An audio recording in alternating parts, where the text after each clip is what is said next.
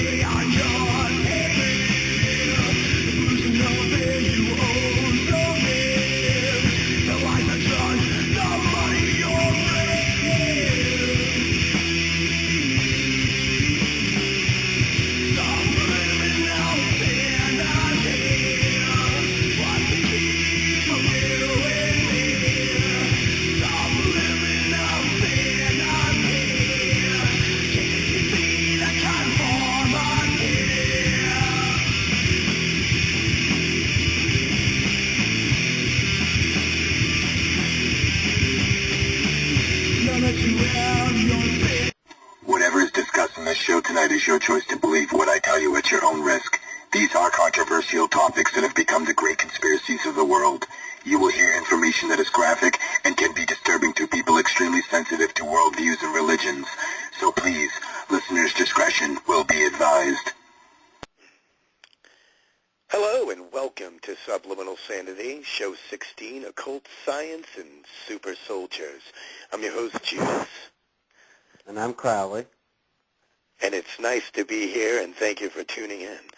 I will do a short breakdown of last week's show. It was basically New Year's revolution, the things that kind of have been brought to the plate, the facts that are questionable but have no answers, and why things need to change and why we should basically do something about it and, unite as a nation and take things back. And hopefully... Right. The first thing that needs to change at any of these mob rallies is flash dance. Everybody needs to flash dance. Yeah, because if you think about it, back in the 70s, right? I know they all put these guys' image as a bunch of LSD dropping, shroom wearing, love hippie weirdo that paint their face and had sex everywhere. But the real reality is that they knew what they were up against back then, which is very similar to what's going on now, and they knew that they could not fight with guns, because you can't fight fire with fire. You got to fight it with love, and that's what they were trying to do, an intellectual, I would say, renaissance at the time. But we need something a little bit more. And of course, it was chaotic. It's just like that Occupy New York stuff. Of course it's going to be chaotic and directionless, because we're trying to fight against something that, we haven't really figured it out yet. You can't get any traction on something that you haven't got any direction with yet, Exactly, and that brings us to this wonderful show. What's it called? We definitely need creativity. Creativity. Where do you think it comes from, my friend? Universe. The Creator. The Creator. The ultimate one. God. Yes, sir. Or at least that's my conclusion. Philosophy.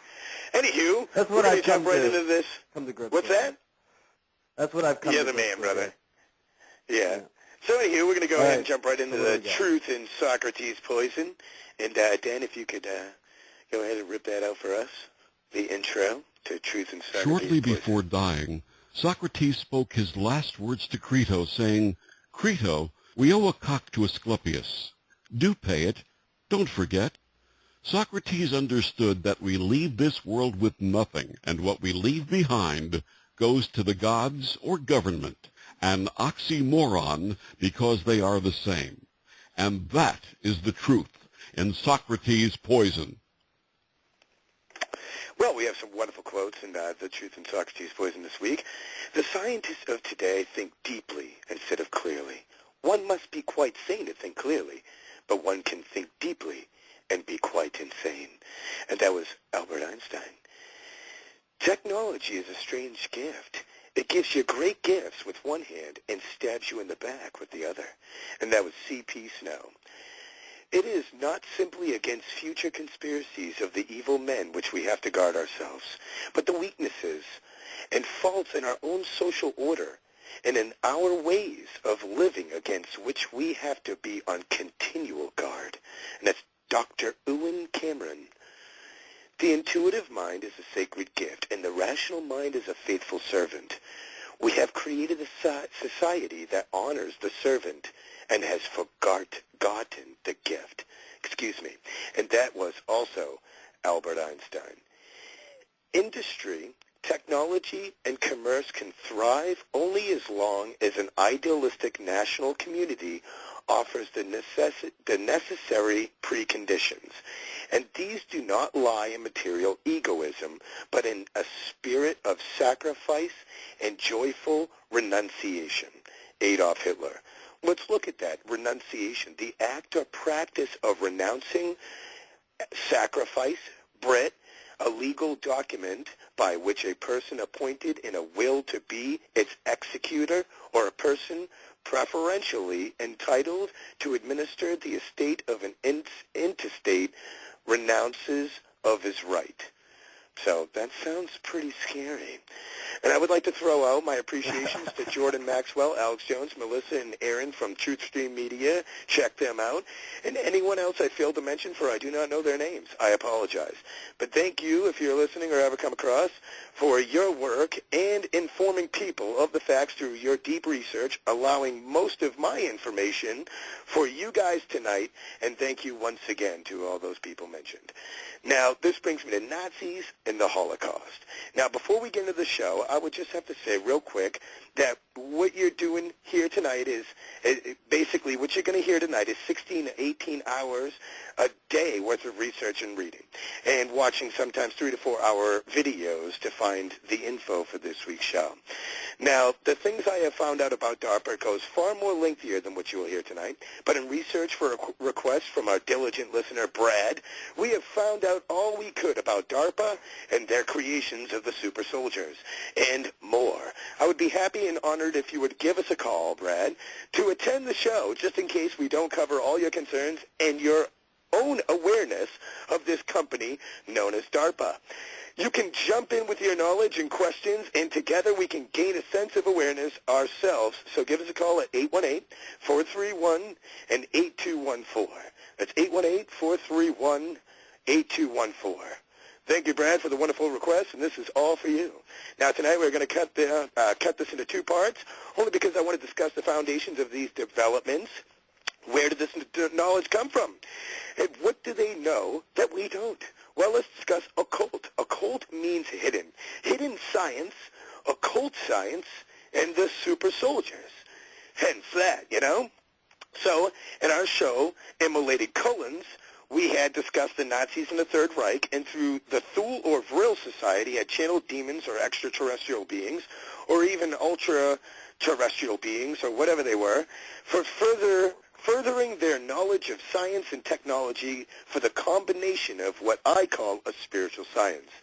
Now, if you do your research... Blood sacrifice! Now, if you do your research, you will see that the Nazis in their time were far ahead of everyone else, at 25 to 30 years ahead of everyone else. Now, they had figured it out, obviously. Now, we know that Hitler was right tied in with the Jesuits and the Catholic papacy, and had very much help from the Pope at that time. And Hitler was a much-known true Catholic, you know, an endowed or whatever, and was highly respected in his church. He was a pawn, much like most of our leaders today. Now, but what was he basically a pawn for? Was it to establish a true Holocaust, to wipe out the Jews? For what, killing people and taking everyone out? Like, basically, you know, wiping everyone out. That sounds kind of dumb. You know what I'm saying? We're just having a bunch of, to me personally, if I was a leader and I was that kind of cynical, I'd just have a bunch of slaves working for me, you know, for nothing. And but he you know, had a Holocaust, you know? I mean, Hitler got all the Jews his money. He took over their banks, lands. Jews were afraid for their life at the moment, no matter where they went. Oh, hold on, I'll let you know. Now, Hitler was making way and was taking over the world with the Nazi Party. You guys still there? Oh, yeah. Okay. Now, we know that, okay, so Hitler was making way and was taking over the world with his Nazi Party. And we know that they followed ancient principles to gain a sense of gnosis, okay? And by the end, he focused more on his discovery to the spiritual science than focusing on strengthening his military. And then we stepped in and won the war. When we did that, what do you think happens when we took over Germany? We took where they left off. We got their money, we got their scientists, we got all their ideas and plans and infused it right here in America. Let's back it up a little bit. In Show 14, we had discussed the Mayans and the Aztecs and the Toltecs and the Mixtecs and the Zapotecs had sacrificed their noble men and children, boys and girls, and they would be sacrificed to the gods for whether it be wealth or protections of their armies and lands to win wars, or maybe even enlightenment for spiritual science, that they would basically donate all their children for these means. Just like war, we send our best, strongest youth into war for what? A sacrifice? And if you look further back into these days, you would see that nothing has changed. In fact, the more you look back, you see that there were spiritual groups that knew of all these ancient beliefs that have been carried all the way through history to form the world around us today, as we know it. What if I told you that I have evidence that we are all being led into a false perception of reality? Indoctrinating and being indoctrinated to forget the past so you can't see the path paving us into the future of today. What if I told you that your belief systems have been completely manipulated by the people that have been in charge of the world since day one? And what if I told you that the God that they believe in is real, but is not even close to the God you want to follow today? But without your choice, the leaders of, with your choice, the leaders of this world that we elect are the ones that represent us, and ignorance will not save us. And so when a leader represents our country, he basically represents us. I have a short clip to describe something that I'm sure you have all heard of in a little snippets in life, but never stop for 1 minute to think entirely of what they are talking about. But the best in-your-face description would be the SS symbols from the Nazis or the Nazi symbol in general, the S over the S in the middle of a red square. Why are these symbols picked for these depictions of the Nazi socialist parties of the Third Reich? Why black? Why did the Jews go through a Holocaust? Did they really work with spiritual beings for technology? Well, let's find out. Denny, if you could play clip 1, The Black Sun, and we can go ahead and let these people know if possibly this is something that could be a reality today, if you think about it. I mean, how many Jews talk about the Holocaust and haven't got the faintest idea in the world what a Holocaust is? Oh, a Holocaust is a terrible tragedy. Oh, it was a big fire or something like that. It's terrible something. No. That's not what a Holocaust is. A Holocaust, according to the actual research documents, means a sacrificial, ritualistic burnt offering. Yes, when Abel and Cain and Abel in the Bible offered up a sacrifice to God, the word in the Hebrew Bible is they offered up their holocaust to God. So a holocaust is a ritualistic, sacrificial, burnt offering. Get it right. Why did the Jewish leaders in this country and around the world use the term Holocaust? And consequently, the world is filled with violence, bloodshed, or disorder. Good people are dying. There are children who are starving. Our world is in trouble. And people are calling out to God for protection. People are calling out to God to help our nation, and never realizing for one moment that the divine presence in the universe not listening. Why? because you have your own concepts of whatever you think is true, whatever you believe to be true, but you have never confronted the real truth. The real truth is that the people who are in power, who put this system together, have been in power for thousands of years. This has been going on from day one. I have the highest of these great generals from around the world who are planning wars and violence and bloodshed. All of this stuff can be traced back to the planet Saturn. Mecca has a Masonic circle, and within the Masonic circle is a square, because you got to do everything on the square, remember. You have a town square, you have New York Square, you have Vatican Square, you have Red Square, you have all kinds of squares. Why? Because this is Masonic. And it goes all the way back into the ancient world, the terms and symbols. The planet Saturn is called the Black Square. It's called the Dark Sun, the Black Sun, the Black Sun. This is what the Nazis and the SS and the Gestapo wore black. That's why priests wear black. That's why judges wear black robes. Why do you think a judge wears a black robe? He wears a black robe because when you used to graduate from university, you wear a black robe. Why black robes? Darth Vader wears a black robe. What the hell does a black robe have to do with anything? The judges wear black robes. You know, Supreme Court judges wear black robes. Black robes represent the priesthood of the planet Saturn. Black robes represent the priesthood of the planet Saturn. The Saturnalian Brotherhood. The Saturnalian Brotherhood. All you need to do is study Nazism, and you will begin to see that the powers behind the Nazi Party, the Thule Society, the Germanian Order, were all members of something called the Saturnalian Brotherhood. Holocaust. It used to be a sanatorium, and back in the 40s there were a lot of bronchial diseases. Couldn't this just be a room to just merely treat these bronchial diseases? It could have been such a room, but Professor Struckholt in an interview has said that he carried out his experiments related to space research in this part of this small city. So this is the only place that matches the description. Saying that this room was part of some kind of training program or testing program to send people on some kind of craft into space? Professor Struckholt himself has said in an interview after the war that he tested here underground some kind of a spacecraft that was controlled by men sitting inside. It was something strange, something unconventional, and something that was contribute to the victory of the Third Reich. It's a matter of recorded fact that after the end of the war, hundreds of Nazi rocket scientists found their way into the United States. For us to track the trail of Operation Paperclip originally started in September of 1946 to bring former Nazi rocket scientists and aeronautical engineers into the United States, and they were actually given political immunity in exchange for technical expertise. Political immunity in exchange for... Let me get back to the planet Saturn. Saturn was referred to, as I said, its symbol was the six-pointed star. Today we call it the Star of David. Saturn was referred to as El. E-L. El was the god Saturn in the old Phoenician Canaanite system. And consequently, anyone that promoted the worship of El is where we get the word elder. You become an elder because you were worshiping El.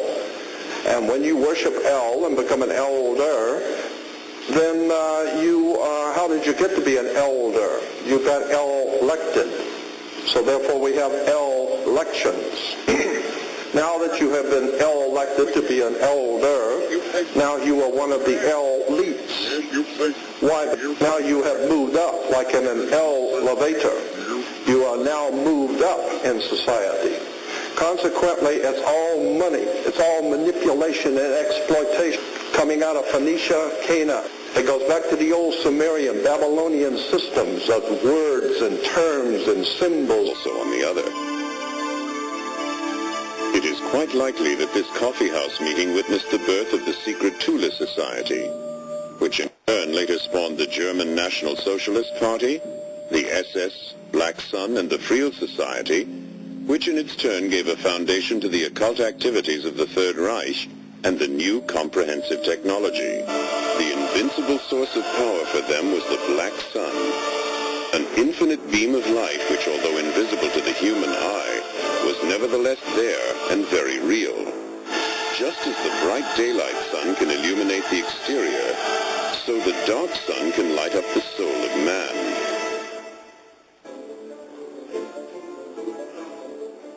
Its leaders were drawn from the ranks of the Thule Society and the SS.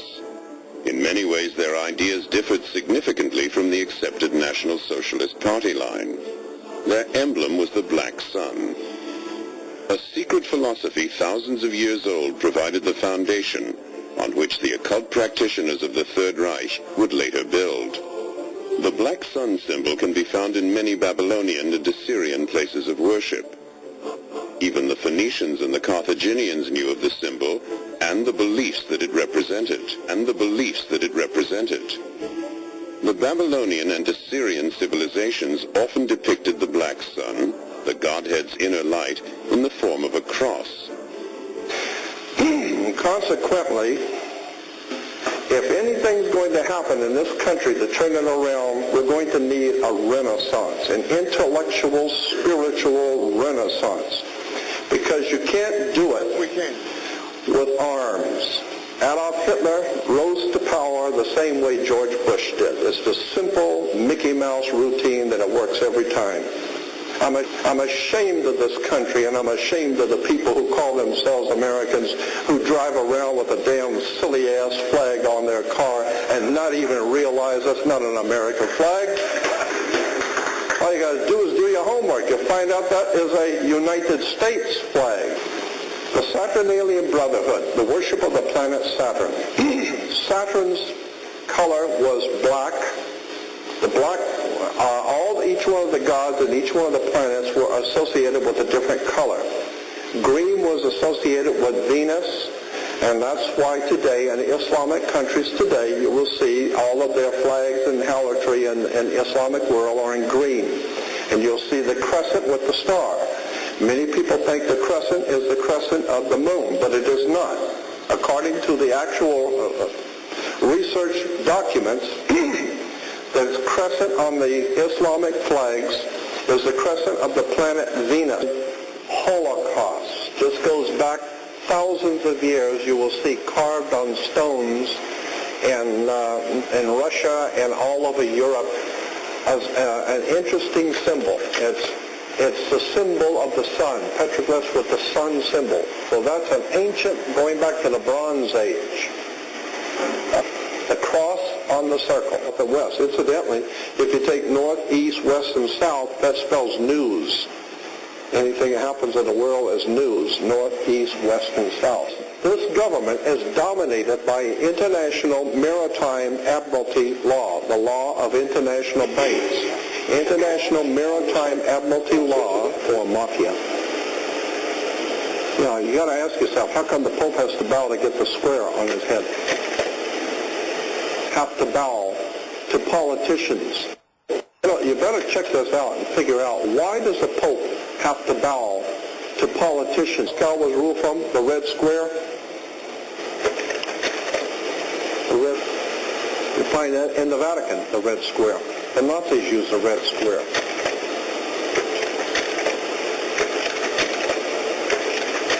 I mean, even Union Bank uses the red square. And incidentally, the Union Bank goes back to Adolf Hitler. Adolf Hitler founded a bank with the gold he got from Jews. He founded a bank called the Reichsstadt All-German Union Bank. Today, the Reichsstadt All-German Union Bank is known in our country as Union Bank. Union Bank was founded by Adolf Hitler. Don't take this personal. It's just business. Understand? Red, Shield, Rothschild. Fascism was an authoritarian political movement The last sentence, it says, its name was derived from a fasces, a Roman symbol for authority consisting of a bundle of rods and an axe. It says fascists have come to power after a nation has suffered an economic collapse, a military defeat, or some other disaster. The fascist party wins mass support by promising to revive the economy and restore national pride. Say it again. Wins mass support by promising to revive the economy and restore national pride. Where have we heard this crap before? Yes, we can. Called the Black Square. It's called the Dark Sun, the Black Sun. This is what the Nazis and the SS and the Gestapo wore black. So, I mean, that was a pretty intense video. I mean, clip that was obviously very. They're cutting us down to 8:30. So, for some reason, I'm going to try to do whatever I can. And if they cut us off at 8:30, just go ahead and get on the archive link. I'll have another one in the archives in the group, and you guys can go ahead and listen to the following rest, because I won't be able to post the rest. But you still there, Crowley? Yeah, I'm still here. All right. Well, we heard about the meaning of the square and why it's all over the world, because it's Masonic, the Black Square, a.k.a. the Black Sun. And this all starts to make a lot of sense. And do you now see how things have changed, that we have leaders, or which take the E and the L and flip it, and you got leaders, or of L, elite, elections, the Saturnalian brotherhood, that our planets were of gods in ancient times. And what makes you think any of this has changed? I mean, on the old Nazi military hats, they had the old Babylonian eagle and the skull. Well, we have George Bush Sr. that has ties in with the influence of the Nazi Thule and Vril society in our last show of the Immolated Cullings. And this makes sense in regard to the secret society at Yale of Skull and Bones. And also, you know, Jews, Holocaust being a sacrificial burnt offering, you know, and these guys being completely, you know, ahead of time. And, you know, what I want to know is... meanings and words that we use on a daily basis. Yeah. Fascist government comes in a promise to revive a country after a war or economic collapse. This sounds just like our leaders of today. You know, we go to court, we got our judges. You don't get to talk to them. They talk to the lawyers, and everybody talks to them. You know, and they're all working for each other. You're a criminal, basically, and that's what keeps the criminal justice system going. And what was all these wars after World War II, you know? Were these wars sacrifices for Saturnalian brotherhood, for furthering our technology of our spiritual science? I think so. I think in life we have been led down this dark path that has rewritten our history to keep us in a sense of slaves. Knowledge is power, and without it, you're just a dime a dozen. And it sounds like the world right now. No one is an individual leader any longer. I mean, like, not everybody at once, you know. They're pretty few and far between. And we have a world where we give everyone else the reins. We give everyone else the power. And these people have been in power forever. Well, let's speed things up to now. Let's talk about the Nazi science, obviously, making way here. Did you know the first robot was invented by the Nazis? Let's talk about these things that we've discovered and brings in today's evolutionary technology.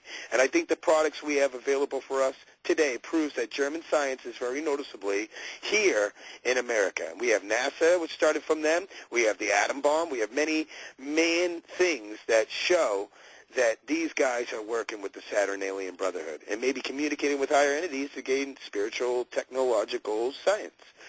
And we're going to go ahead and go into a short break of, because, I mean, we're going to, like I said, if you guys get cut out at 8:30, I'm sorry, but we got a song. Well, you guys go ahead and hold that thought. When we come back from our short little break, we'll let you know what's in development from these ancient techniques that you may be aware of. And here is a song from New York Ska Jazz Ensemble, Take 5. We had Rocksteady Freddie on a show to disclose his band with an interview. Great guy, and he's going to be back on very soon. Just got back from tour in Europe, and he was very excited when I talked to him. And like I said, here's Take 5 by the New York Ska Jazz Ensemble. And we'll be right back with our weekly Pressing the Issue. Hold that thought.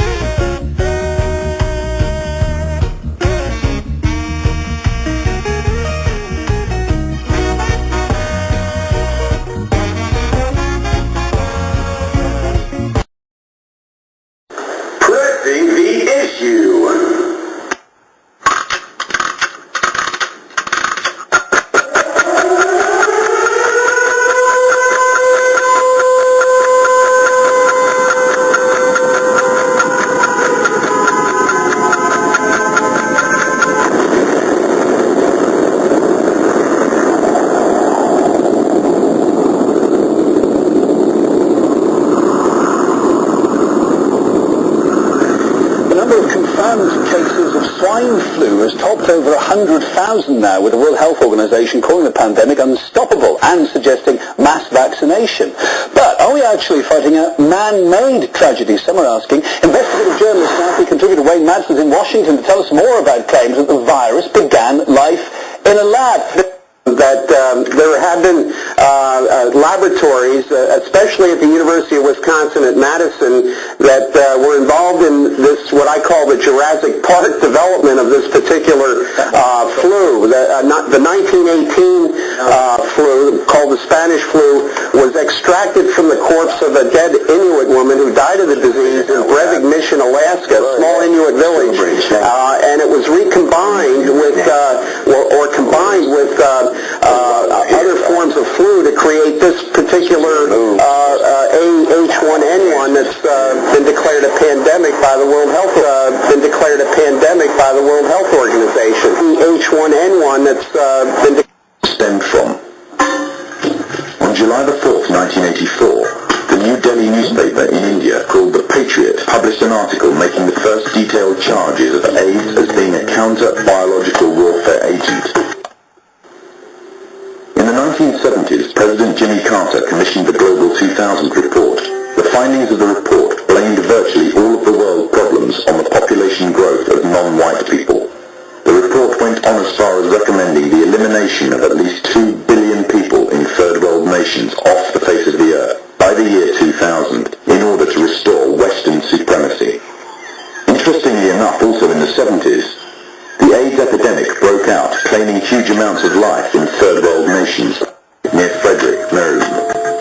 Then on October the 30th, 1985, the Soviet journal Literaturная Gazeta repeated the charges made by the Indian newspaper, making it an international controversy.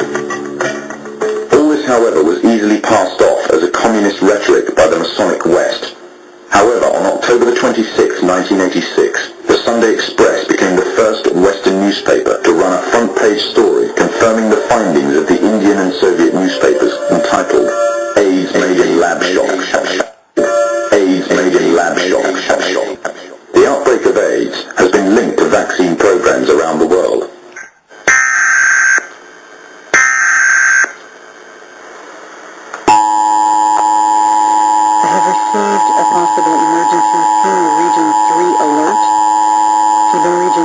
Consists of Washington, D.C., Delaware, Maryland, Pennsylvania, Virginia, and West Virginia. This alert was sent to us by Senator Sheldon R. Songstad, retired, of South Dakota State.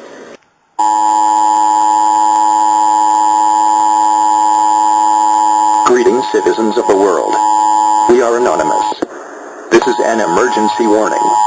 Concentration camps official document confirming the camps. The same people responsible for the World Trade Center disaster are the same people responsible for these camps. Destruction of the trade centers. Occult symbolism indicates enemies within our own government. The world is being offered a stark choice: join us or face the certain prospect of death and destruction. The Galen Organization. Copy in Hitler's New Order. Established a concentration camp system in San Luis Obispo County. It was called the California Specialized Training Institute. It developed plans called the King Alfred Plan, Operation Cable Splitter, Operation Garden Plot, and Rex 84, and was later renamed as the Federal Emergency Management Agency, FEMA. You can get more information on these subjects from Militia of Montana, Bogritz, Spotlight Newspaper, Fire 23, etc. There are over 600 prison camps in the United States, all fully operational and ready to receive prisoners. State and federal authorities are working around the clock in Charleston, West Virginia, after a spill leaked chemicals into the Elk River, just 1 mile upstream from a local water treatment facility. So the spill comes from a 48,000-gallon chemical storage tank from Freedom Industries. Right now, West Virginia Governor Earl Ray Tomblin has declared a state of emergency for 9 counties surrounding Charleston, West Virginia. Schools and businesses have been closed, and the 300,000 or so residents that have been affected by this spill are told not to drink the water, not even to wash their hands with it. Only use it to flush the toilet can in case of a fire emergency. Meanwhile, President Barack Obama has declared a federal emergency in West Virginia. FEMA and the Department of Homeland Security are both getting involved in the relief efforts right now as investigators try to figure out how contaminated the water is, how serious the problem is, and how they can go ahead and fix it. Now, the president of Freedom Industries, the company that actually leaked those chemicals, put out a statement just a little bit ago today, and I want to read part of it. It says, quote, "We have been working with local, federal, and safety and environmental entities, including the DEP, Coast Guard, Army Corps of Engineers, and Homeland Security, and are following all necessary steps to fix the issue." Now, the statement went on to say that the company doesn't know how the leak happened in the first place. It also doesn't know exactly how much of the chemical was released. Now, this chemical is a foaming agent used in the coal process. Coal, of course, is a major industry in West Virginia, and this chemical is actually used right before the coal goes to market in order to clean it. Something else that authorities don't know at the moment is the possible hazards that this chemical has on the human body. So far, no one has been reported as experiencing negative side effects as a result of this. However, a number of people have gone to local hospitals to be checked for possible symptoms. But again, no one yet has been reported as being sick. Is it some of the symptoms that are involved in this or that authorities are warning residents of is burning throats, itching hands and arms and skin, and a lot of other symptoms that are just really scary. According to a Pentagon report sent to the House Intelligence Committee, Edward Snowden's leaks about the National Security Agency help terrorists, and according to Chairman Mike Rogers, are likely to have lethal consequences for our troops in the field. Much further, because the document detailing the harms from the classified information Snowden leaked was also classified. It's really the pot calling the kettle black. The biggest terrorist on the planet, without question, if we ask the Iraqi people and the Afghani people, is the United States of America. So it's pretty funny that we would actually give any credence to the United States listing anyone else as a terrorist when they, in fact, are the biggest terrorists themselves. In New York City, police hope to catch illegal gun carriers with full-body scanners. The device is called terahertz imaging detection. It works by scanning a targeted person head to toe and can detect when someone is carrying a gun. Can you tell us more about this new technology and how exactly it will be used? On September the 11th. Well, that's still up in the air. The NYPD says they're studying it, how exactly they can implement it. Early reports were that they were going to be mounting these scanners in trucks or the back of police cars, and as they patrol the streets, they'd be scanning the pedestrians walking up and down New York City streets, and if they see something that resembles a gun, then they would use that as a reasonable suspicion to perform a search. So Ray Kelly, the police commissioner, is saying this is going to actually reduce stop and frisks because they'll only have to stop and frisk people that they actually see have weapons. After nearly a week of no showers, no clean dishes, no clean clothes, and overall dry conditions, the water taps are slowly starting to flow again in Charleston. The West Virginia American Water Company. The Iraq War continues to haunt the UK, with lawyers representing hundreds of detainees of that conflict now saying the British government is ultimately responsible for torture so brutal it amounts to sadism. Their testimonies have been submitted to the International Criminal Court, but as RT's Polly Boyko reports, the UK is determined to stop any investigation in its tracks. There are many hundreds of cases where the people who've been interviewed and have provided reports about this abuse. And enemies of freedom. It varies from what people might think are September the 11th. Relatively mundane examples of abuse to really quite appalling physical violence. The report says that British military commanders knew that their forces were committing war crimes. You can't handle the truth.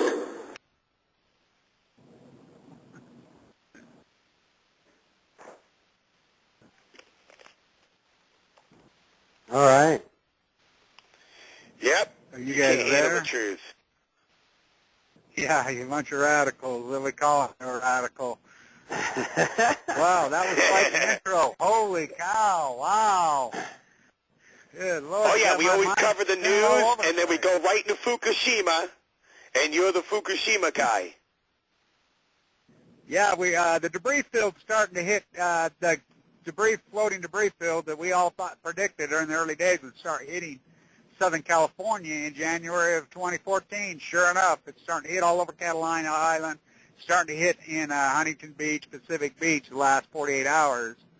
People down there telling me, they're calling me and they're telling me that they've got the dark military complex helicopters zipping up and down the beaches at night in the day now with spotlights down there on the beach. And they got crews going down there trying to pick stuff up, but they're really keeping on an eye who's down there. They want to really squash anybody who's got a Geiger counter down there. I mean, that's the next.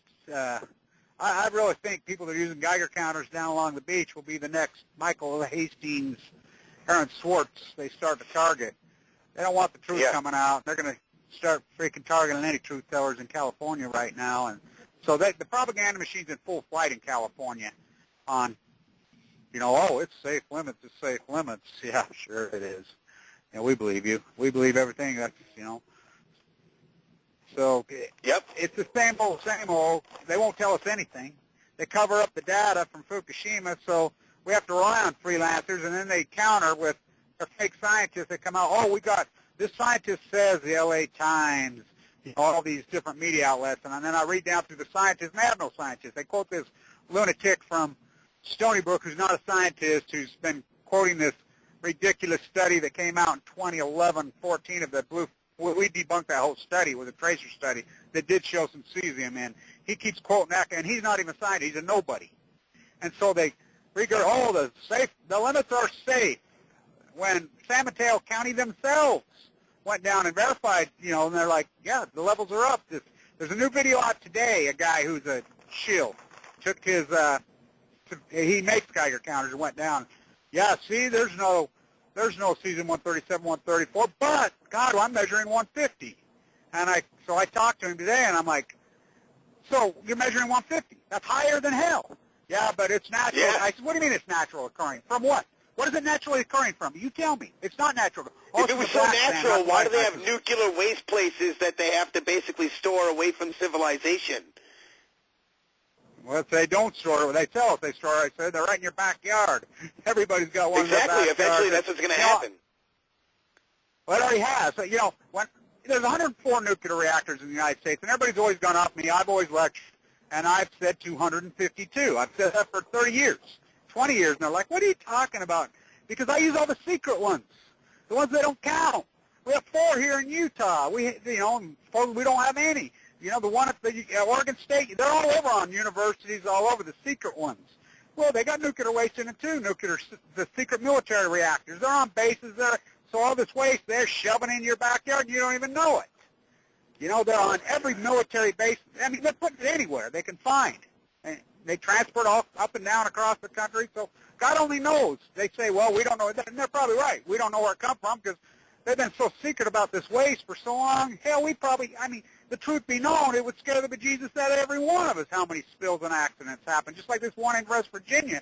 By the way, those guys knew that it was leaking and did not tell. That's a fact, and we know that. Yet, that's murder in my book. That's definitely murder. I got some news that basically the reason why it's keeping...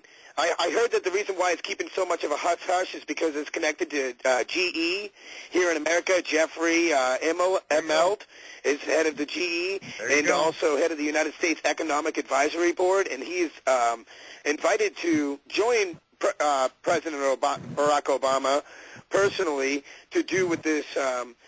Basically, he took over head in 2011 when Paul Volcker stepped down in February 11th, just a month before the earthquake and tsunami that devastated it. And basically what they're saying is that this GE ran Fukushima alongside TEPCO, but isn't really taking liability for the cleanup costs. General Electric. Yeah, absolutely. GE has been running the show from the get. Now it's finally been leaked. We know that TEPCO is... Yeah, you told me before. You said this before. Harvey Oswald. Yeah, they're a patsy. It's G. Yeah. By the way, you had some wind on the Eagles. Yeah, you said that you had some... I got some new info on the Eagles. Okay. I talked to the wildlife reserve people that have the Eagles yesterday, right from the horse's mouth, the director, and she's telling me the same. I said, how are you saying it's West Nile? She's like, we never said it was West Nile. She says, that's the media. We treated it as West Nile, but it didn't work because there were only 3 of the 5 that had a lot that all died. So it's the grebes that are blaming it on now. Now, get this. A grebe, they're prehistoric shorebirds all over the Great Salt Lake right behind my house. They're really amazing creatures. They're one of the oldest creatures on Earth. We had a massive die of thousands of them just in the last couple of months. Now, these eagles, they migrate from Alaska. Now, they're blaming it. They're saying they fed on the dead grebes, they scavenged on the grebes, and it killed them. They got West Nile from the grebes. And I said, bullshit. So last spring, out by the, get this, last spring, out by the dump site, an Energy Solutions dump site, there was a report all over that the migrating grebes by the thousands just walked out, and they were all dead all over Tooele. Just dead all over them. And they says, oh, they got confused, and this happens all the time with water and dove into the ground. What's that? I said, yeah, and this happens in the world all the time. When? Yeah. And so, anyway, so I had a conversation with them. I says, hey, we need answers. This is a very acute situation. 30 eagles, there's not illegals out here, and they just, boom, drop dead. This is, this isn't funny. This isn't bullshit. Quit playing games with this. Quit this freaking posturing and grooming. No, you're right. That's why I'm trying to point the fingers to blame people who should they be talking about, because if we're going to do anything, we need to take these people responsible and hold them accountable for what is going on, because if you are a nuclear power plant owner, CEO, whatever the F you are, you know what I'm saying? Like, whatever is going on out there, I believe that whatever you do, you're held responsible, whatever goes wrong. It's just like on any job site. If somebody messes up, you fire that guy. If a house caves in or burns down, your insurance company covers that, and then it gives you basically a way out, but in a new debt. But the point is that somebody needs to foot the bill. Here's the problem with the nuclear industry in the United States. The insurers are us as the taxpayers. It's called the Price-Anderson Act of 1953. They can't get insurance. They're impossible to insure, so we insure them as the taxpayer. We build them. We insure them. They just suck off the profits. Now, I've read names and numbers, who these people are that own these freaking reactors, and the point is, we have an accident. It's an accident, but these aren't accidents. These are covered up. The covered up part, that's malice by definition. Where are the attorneys? Where are the people suing these people and going after these people? Why are these people not in jail and held accountable? Because these aren't accidents. When you cover up, what about America needs to stop just worrying about their bills right now, because honestly, we're pretty soon. What are you going to do? You'll be paying bills with a chip in your hand, and then you got your family members getting drug out back and executed for talking this stuff that we're talking about. I mean, because that's what it's going to come to if we don't start acknowledging people. What do you think they did to They already are. They already are killing people. A secret kill list. What do you think they did to Aaron Swartz? They suicided them both. Yep. Now, you think about Aaron Swartz, and you think about Michael Hastings. Michael Hastings exposed, the corruption. Did he push that gas pedal down with his own foot? It doesn't matter, because we led him to that, because we didn't protect him, and the forces there. Here's the guy telling the truth. You think about this. Aaron Swartz just telling the truth, a young, brilliant guy. Michael Hastings telling the truth that McChrystal's a fraud and ordered the execution, murder of Pat Tillman, his own man, tells us the truth. So here you got these young men who are taught to tell the truth. So they tell the truth, and that's what we're taught by everybody, our church leaders, our church doctrines, our righteousness, everybody. So they do that. Oh, you go tell the truth these days, you're dead. That's it. And so it doesn't matter if they put the noose around their neck or somebody else put the noose around their neck. We still put the noose around their neck because, Aaron Swartz was facing 35 fucking years in prison he didn't do anything. So we put him up on the table. We put him up on that fucking table. We put him up on that perch. Then we fucking put a noose around his neck and we kicked it out from underneath him. It's outrageous. But these CEOs and these CFOs, like you said, these gods who fucking pollute and poison us and kill us and knowingly do it, and they're like, we give them a fine. We're going to fine them $100,000 when they made $3 million that day. You know what? I tell you what, it gets deeper down this rabbit hole than one might think. And the fact that you got, we got Fred in there, he's basically talking about, that's the reason why it's all hushed up, because GE's connection to Obama and also the nuclear bought out, basically, of what he's got going on. You know, he's all pro-nuke, you know. But in a nutshell, right? But, before you go, I got to tell you this shit goes deeper, though. It really does, Kevin. I mean, if you listen to what we have to say in the next hour, it'll blow your mind. And I'm telling you, it's all fact. You know, the world that we're living in any kind of imagination, they're trying to manifest into a reality right here today. And it's unbelievable. I understand. But listen, I got to tell you guys will love this one. You know what I've named Barack Obama? You'll love this. I've named him Marie Antoinette. Let them eat yellow cake. You know, so he really is Marie Antoinette, and he really is all nuclear. He was propped up by the nuke. He's 100% GE. He's very General Electric. They all are. Fucking every politician we got it's all about money, okay? It's all, you follow that money, and it'll tell you many stories, okay? Oh, yes. That's absolutely right. They're all a bunch of corrupt pricks, every one of them. They've got no you are not kidding. Hey, do you have any news of what's going on over there in Japan? Is anybody saying anything that you know of what is happening over there? Well, today, what's his name? This Japanese scientist came out today because, you know, Japan said, we're going to refire plants. And he says, you're living a dream fairy tale. You know, so as far as TEPCO is going on itself, they reported yesterday that their wells have got increased tritium levels again in their wells, records. They're setting records. So we know nothing's being controlled. It's completely out of control over there. Everything they're doing is working. It's getting worse every day. How many days we have? And every day it's getting worse. What's today's, what day we have? 1,000 what?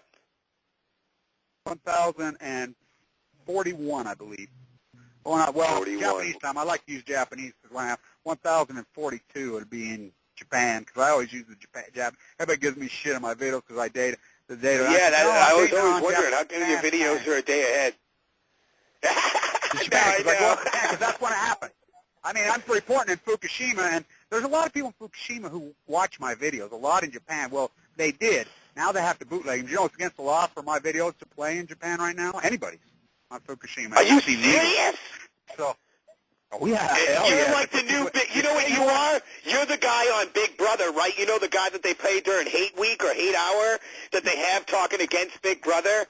And then they all hate that guy? You're being turned into that guy. Yeah. Hey, I'm the big question Tokyo was... Road. We're trying to come up with a name. Yeah. Do you want me to get his name? The iodine thing. The iodine thing. Yeah, people were sitting there. Here's the thing on iodine. This is important. People need to hear this. Now, these people are saying, freaking potassium iodide tablets. Now, potassium iodide, say you were right next to some nuclear event where you got heavily radiated at work or whatever. Okay, a pill might do a little bit, but probably not to be like a spit wad against a drone. But for somebody to come out and say now that this is coming 1,040 days, it's slowly been grinding over, is the worst thing you can fucking do. Where were they 1,038 days ago? Yeah, maybe then. But even then, the plume was going over us.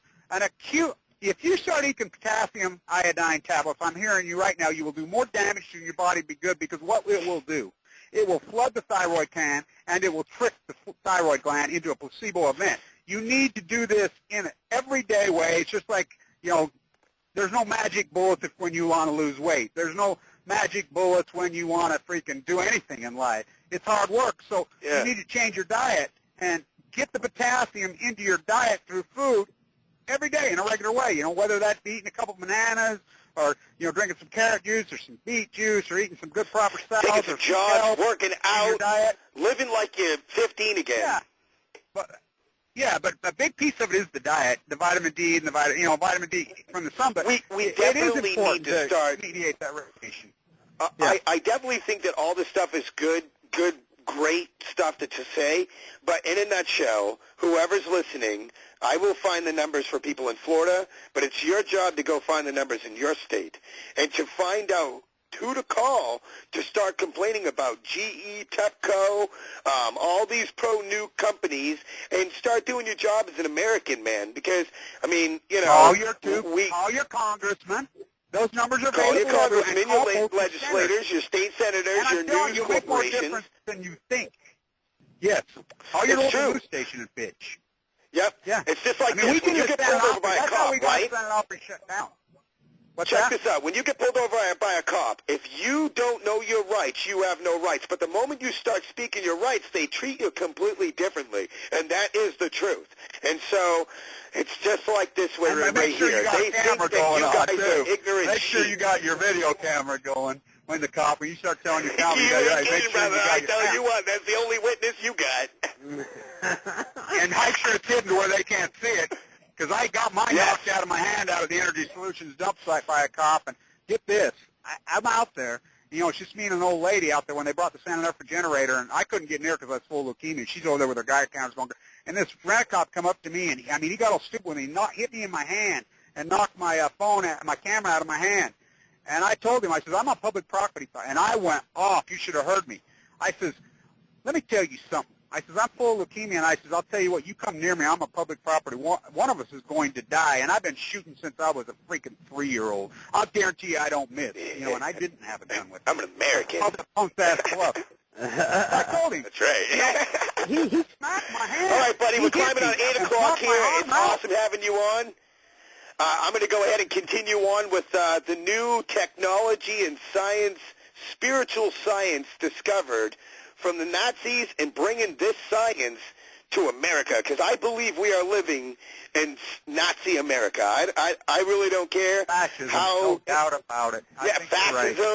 Right. It's becoming a socialist because anybody who lives in a democracy is really just an illusion of socialist environment, and it will lead to that, and blindly, and you'll be accepting of it by the end of the day, you know. And so this is like the uncover. Socialism. It's feudalism. It's heading there, though, because fascism will slowly turn into that, because one of the quotes that fascism offers is that they offer to revive a society during an economical collapse or after a war of some kind. And this sounds very familiar with what we have today. And bait you in. Yeah, throw you a small bone and bait you in and make you think you're comfortable. That's right. You are not kidding.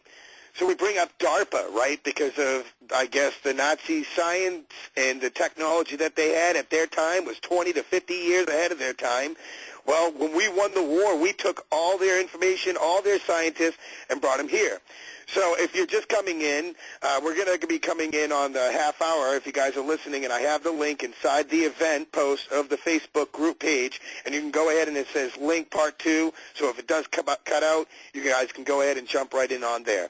But if you're just coming in, we were talking about sacrifices or blood sacrifices to the gods for further gnosis, further capability in science, in technology, and land protection, and how the Mayans and ancient people did this stuff, and how the Nazis conjured this stuff and brought it here, and also occult teachings of the god Saturn that they worshipped at this time, which is known as El, and a.k.a. the Black Sun, and that's what the SS and also the swastika and Nazi symbol was with itself.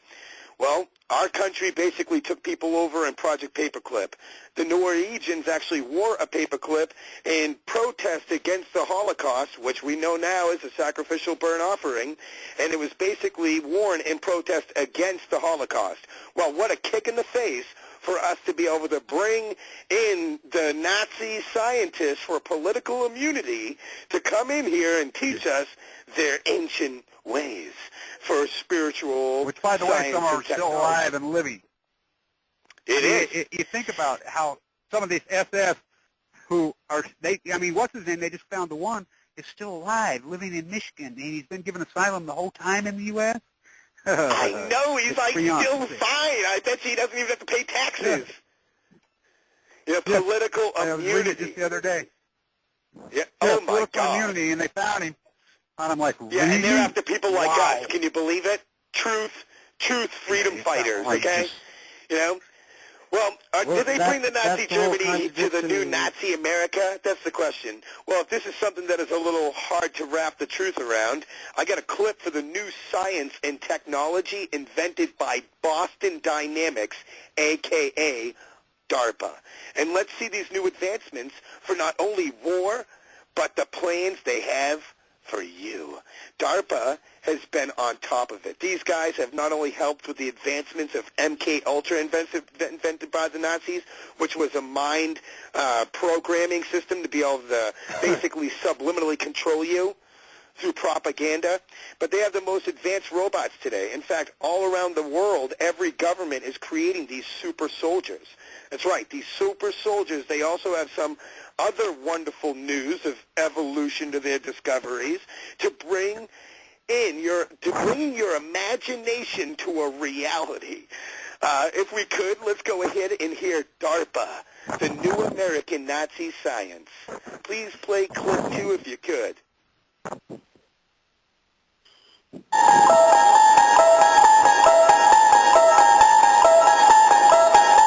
You unlock this door with the key of imagination. Beyond it is another dimension. A dimension of sound. A dimension of sight. A dimension of mind. You're moving into a land of both shadow and substance, of things and ideas. You just crossed over into the Twilight Zone. That's called the Wild Cat, I believe. We've also got the big dog. We're talking about the technology is phenomenal when you look at it. It's extraordinary. This is a company that's been incredibly viral, very popular on the internet for the last couple of years. It's come out of MIT, those bottoms at MIT. It's building these extraordinary robots, which must cost a lot to make happen, that kind of satisfy our need for robots to be kind of creatures. It's funded by the military, though. Well, most of the contracts, exactly. Most of the contracts are military contracts. There's the possibility of these being used. There's the possibility of these being used in warfare. Some contracts. There's the possibility of these being used in warfare. So very interesting. But Google's plunged in and bought this company. Okay, I'm going to bring up the big screen. Bring up the screen. Bring up the big dog on the big screen.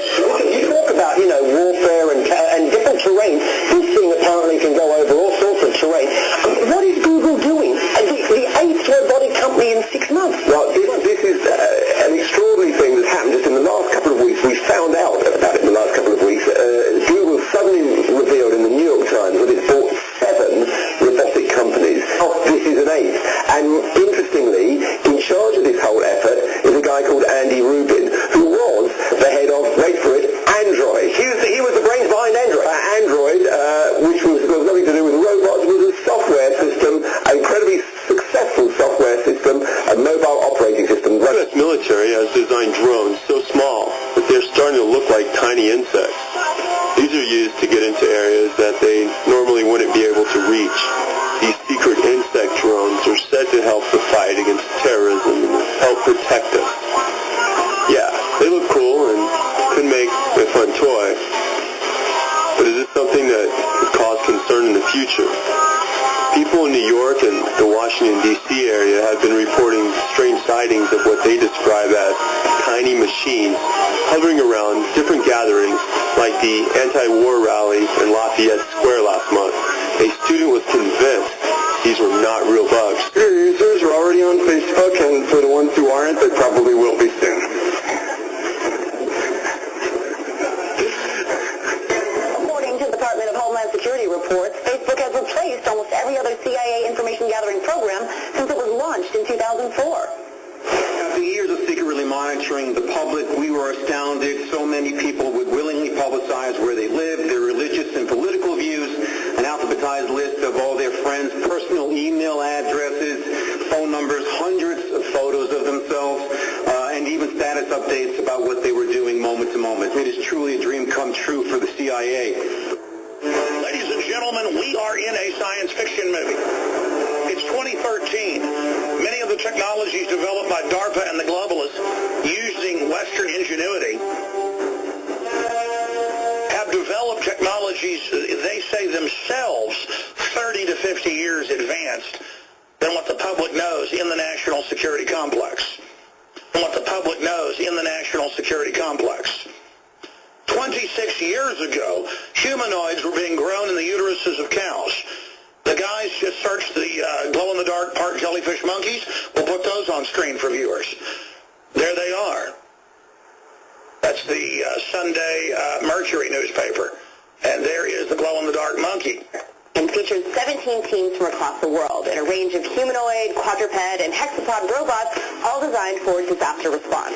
Some teams had built the robots themselves, others built software only, and some did a mix of both. The prize continued funding from DARPA to continue their projects through 2014. Three from NASA's Johnson Space Center, described as a superhero robot, 6'2", 125 kilograms, and built for space travel. Also from NASA was Robo-Simian, inspired by a chimp with versatile limbs and detachable hands. One of our obvious aspects of this robot is that it actually has 4 limbs and stands on the ground quadrupedally. Every one of these limbs is identical, and it's capable of being used for both moving around and also for manipulating things. Humanoid robots, and they also have this weapons they come out with, like they have death ray lasers, actual death ray lasers, not FBI paid for guy in a basement building his death ray lasers, but actual ones with unlimited magazines that they're going to start putting on drones. But here's some other stuff they're also doing that you may or may not be aware of. This story also came out. They were hacking into the squid's nervous system, central nervous system. They were using electric signals to force the squid to change its colors. They were basically perfecting mind control in the squid. Now, this is something that Obama announced, the BRAIN project. It's the brain research through advancing innovative neurotechnologies. It's an initiative that he gave $100 million to in his fiscal 2014 budget, and he announced it at the April State of the Union address.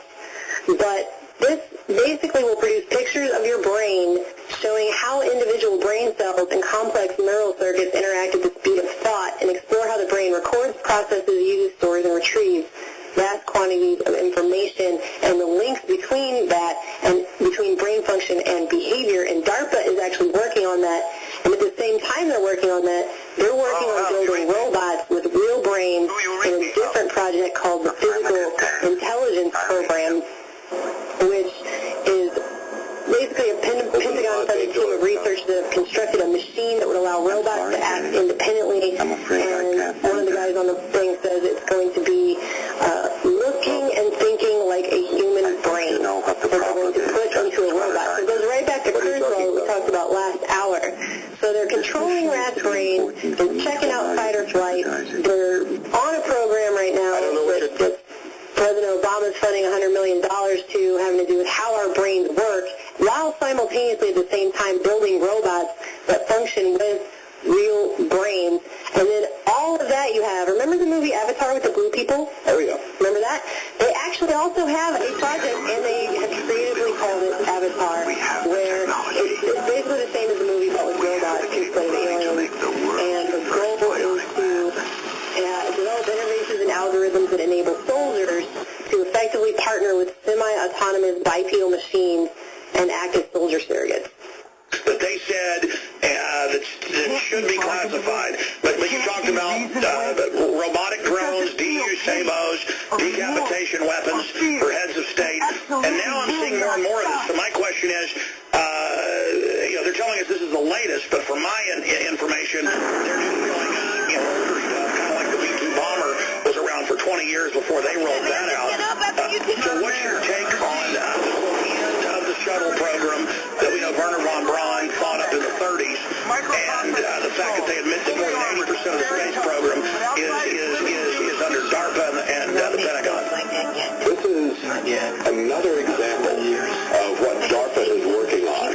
First, it starts out with the Pet Man project, and now we've got this robot Atlas that stands 6'2", 330 pounds, possibly the most advanced humanoid robot ever built. And this is part of a contest that is being sponsored by DARPA. And if you want to know what they're going to use these robots for, what the military-industrial complex and the police-industrial complex is going to use these robots for, just take a look at the trailer for Elysium. This is what it's going to look like. Police robots questioning people and brutalizing them in ways that we're seeing our human robots now in the police departments doing, but it'll be much easier to do that with real robots than it is with police, because the real robots aren't going to develop a conscience. And maybe the police that we've got won't develop it either. It's unbelievable. It can't be bargained. The only good white guy in the movie is Matt Damon. Doesn't feel pity. Every other white person is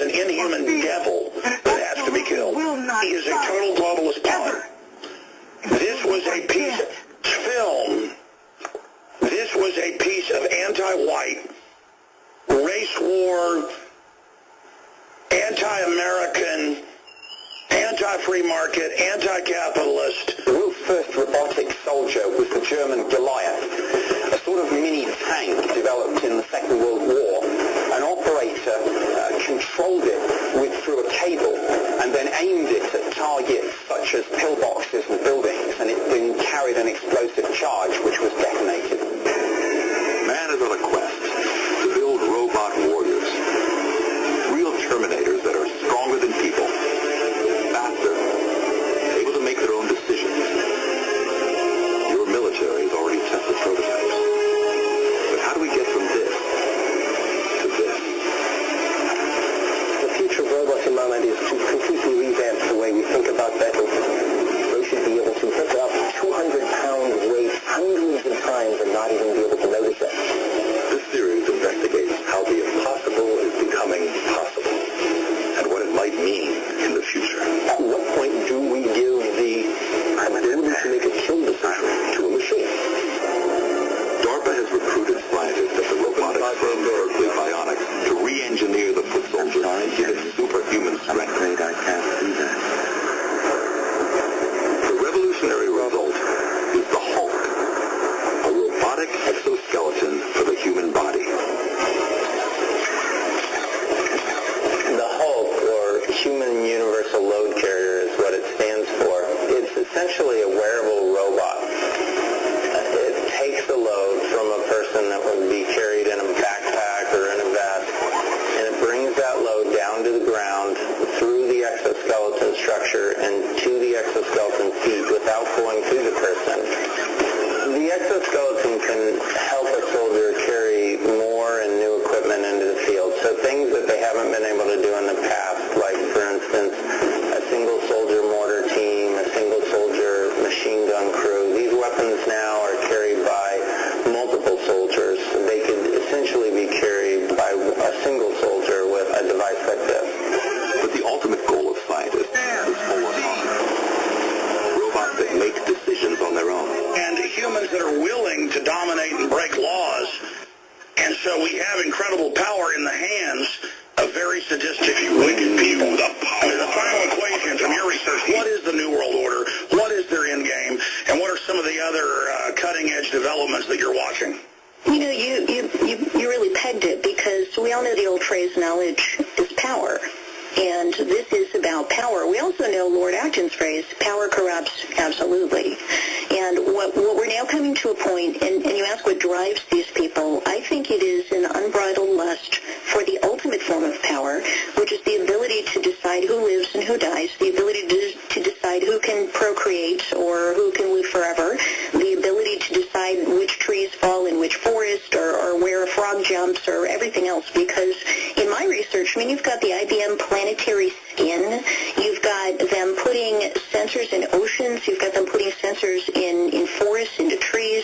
I ran across a document by a big international forestry organization that actually came up with some statistics to figure out what it would cost to put an RFID microchip spy chip in every single sapling, every single tree on planet Earth. You know, the planet is getting small enough now that they're actually envisioning the ability to identify every single last animal and microchip them all.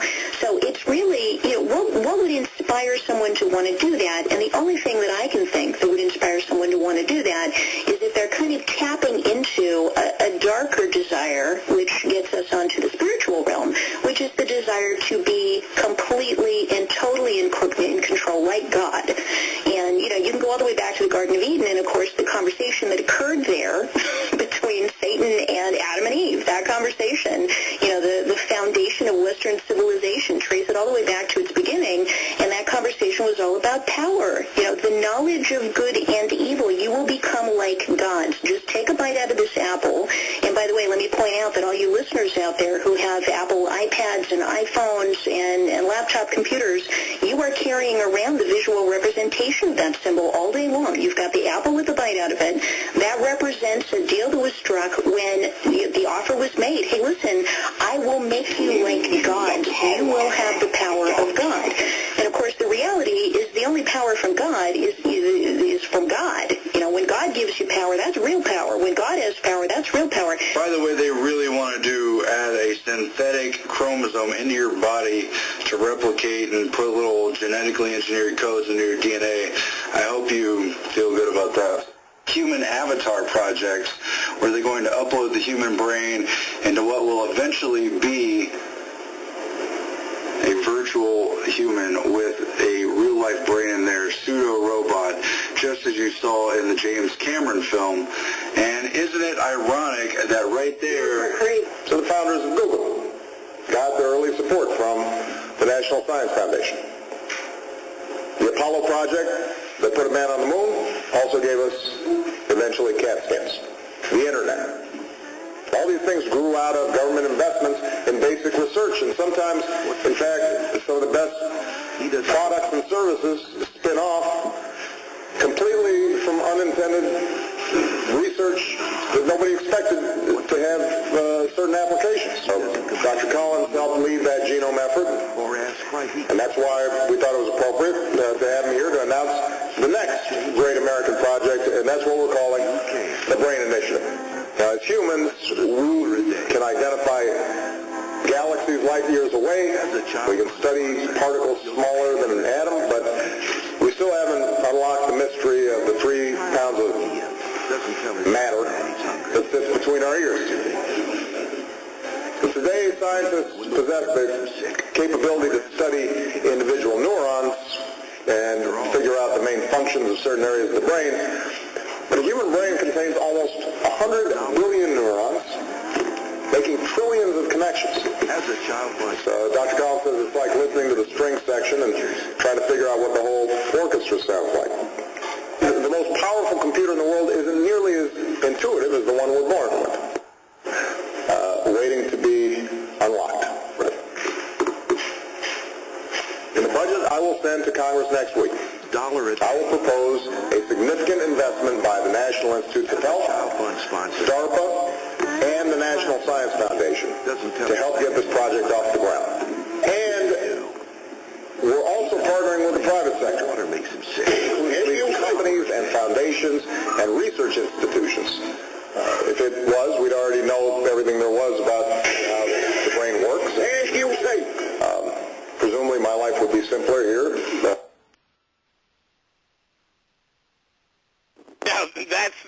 Now this was not the only science breakthroughs they have come up with, which is an entirely different show on its own. But that clip you heard was unbelievable. That is total fact of all that they've done, and you can go in and check it out yourself. These people are not the only ones who are talking about this. Is everybody still there? Yeah. I wish these guys, these control freaks are out of control, no doubt, but trying to do all this stuff, why don't they use some of this shit they think they can get, which I don't think they're smart enough to get any of it. These are the fuckers who can't even find their wallet where they left it.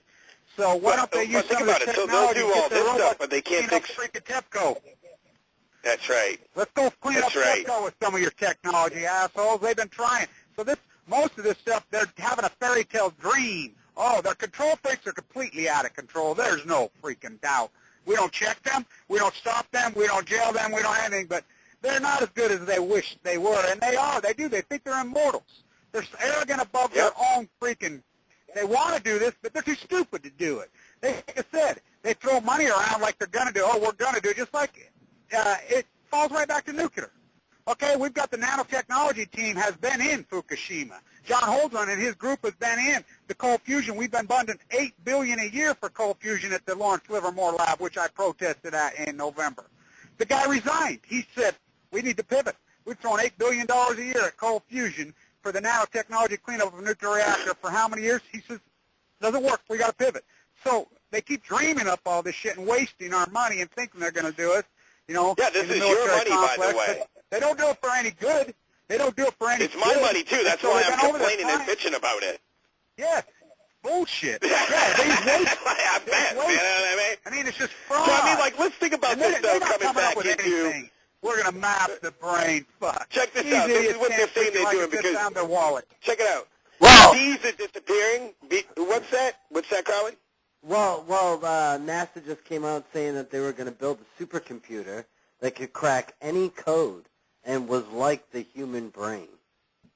This is what they came out over the news saying. You know, NSA's probably already got it. I mean, I heard that DARPA was making. I'm sure they've already got it. Check this out. They're just we got these that micro they insect drones, right? AKA DARPA robots spraying on people in protest and the anti-war rallies and stuff. That's very real, by the way. Yep. Insects in Columbia Park are very real. They're making these new microbot bees, right? These robo bees, because the bees are dying on the earth, so they're trying to make this a colony of solar-powered flying microbots. The Harvard Robo-Bee project is funded by the National Science Foundation. Scientists believe these robotic bees will the radiation and everything. The radiation, you got Monsanto in our food. Hey, okay. Don't you think that the bees might be the canary in the coal mine? The canary in the coal mine. Well, we got the canary in the coal mine. They're called the sea lions who died on the beach, the garfish who died on the beach, the starfish who died on the beach, the eagles who died in my backyard. This is like a warning sign. The two-legged beer-drinking mammals that are dying. Maybe we're just a sacrifice. Maybe they think this right here. Maybe they know what. I mean, like in a spiritual essence here.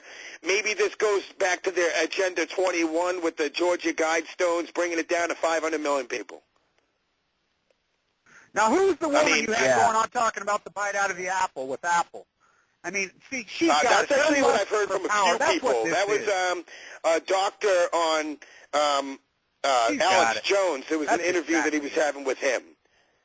You don't like Alex? Lust for power. You know, that's exactly this is freaks are out of control. When you think about the occult symbolism, though, you don't think that was a hidden kind of thought behind it all? Well, the apple bite, you think about it. I knew Steve Jobs. He was a prick. You know, I called Steve Chinese Jobs. All his money couldn't save him. One of my daughters, but the bite out of the apple before using Slade, you know, I protested in Tiananmen Square. I protested in Times Square in September this year with the actual Tiananmen Square guys. And we were in a cage, and they had me with beet juice. And I would drink the beet juice, and everybody walked by with their apple phone and say, hey, how do you like drinking the blood of Chinese children? You know, so I think the bite out of the apple is symbolistic. I really do, and they're evil. They're fucking evil. Apple was evil. That's what I'm saying. These people are not exactly the friendliest people in the world. They're almost soulless. Fuckers. You know, hey, we already know that Steve Jobs invented the Pixel, right? The Pixars or whatever. And not only did we use that for science movies, but he used that as a development in satellites and all our terror scanners, safe scanners. You know, those safe scanners that they have out there now for terror safe. So you're being scanned on the street. Bill Gates, they're two Oh yeah, by the way, we're coming up on 8:27. They're going to go ahead and cut us out at 8:30, but we're going to keep going. So go ahead and click over on the Facebook group site and connect right into that link so you can keep listening to what we're talking about. Because to me, when you sit there, oh yeah, by the way, Facebook being enveloped under the secret web of the CIA, and guess what else? The NSA, the DOD, Department of Defense, and last but not least, DARPA. And 30 to 50 years advanced, 30 to 50 years, then that's what we know, okay? They're probably way more advanced in knowledge than what they're even letting us know. And when you think about the Nazis, the Black Sun, all this stuff is the same stuff that's been going on in history. Already happened to us. Yeah, that's right. I mean, it's going to get worse, but we're in the ditch now. I mean, for the last 20, 30 years, so what are they going to do? They're going to sit back in their little caves? Because I got a truck driver that tells me about these caves in Missouri. Is that what they're going to do, is sit back and hire little children that play video games all day to be our future drone operators? Yeah, that's a real life. That's a real happy life. I mean, sending out military robots to clean the streets so there's no conscience, you know? Hey, think about when they had the freaking martial law. What's that? Out in West Virginia, they're saying that the water is good to drink. I saw that on ABC News tonight. But pregnant women shouldn't drink. Of course they said that. Oh, yeah? You want to hear a little bit of information on that now that you bring that up? Bottled water there. Yeah, I got but some delicious information on that. What is this chemical, and where did it go if it's safe to drink now? It didn't go nowhere. Where does this chemical go? That's the game they play. Just like, you know, the fish. Go ahead. The fish are safe to eat out of the Pacific. It's all safe. Here's some arsenic. Go ahead. Drink it. It's all safe. Stuff. That, the oil spill, the Tarzan The oil spill. I'll tell you what's inside that stuff. I'll tell you exactly what's in there in a second as soon as this link pops up, because It's quite a bit, and it's the only piece of information I can find. So they are suppressing this information as much as possible. There are people that have been sick. What's that? The Freedom Industries? On the Bloomberg Business Week Companies and Industry website, we have basically coming down on business. Okay, so it goes, right here. So meet Freedom Industries, the company behind the West Virginia chemical spill. Scrolling on down, let's figure out what this is, because I think that's the biggest question of the people that are located in West Virginia. Okay, so basically what it says is that one hopes, of course, that Stover Kennedy and the boys at the Freedom Industries plant are still feeling good. The chemical that got into the Charleston area, we're going to have to call back out. So as I was saying, is everybody back on? Yeah, I'm on. Back on. Hold on 1 second, brother. Got your beautiful. Let's try to get Kevin back on too. Okay, so as we were scrolling down here on this, what's good is we got most of it covered already. Well, I never got the what it really was. Yeah. Okay, so let's go ahead and tell people what it is. Okay, the chemical that got into the Charleston area water was 7,500 gallons at last count, is known as 4-methylcyclohexane methanol, or AKA MCHM. Of course, we don't know what this is, but what it is used for is to wash coal to remove impurities and pollutants before burning. The American Association of Poison Control Centers says it's harmful if swallowed or inhaled. MCHM can cause eye and skin irritation, cause nausea and vomiting. More than 70 people have sought treatment for those symptoms since the contamination prompted President Barack Obama to declare a federal emergency. So, this is exactly what is going on, and obviously it's a good thing to be aware of what is going into your body, so that you can go ahead and do research yourself on MCHM. That's MCHM, methylcyclohexane, methanol. And how about this guy? Isn't there more news on the guy that actually owns there's a guy who actually is behind. More interesting. Anybody else interesting behind Freedom Industries? Well, yes. State records in West Virginia show that a man named Carl L. Kennedy II joined Gary Southern in forming the company years ago. He formed it.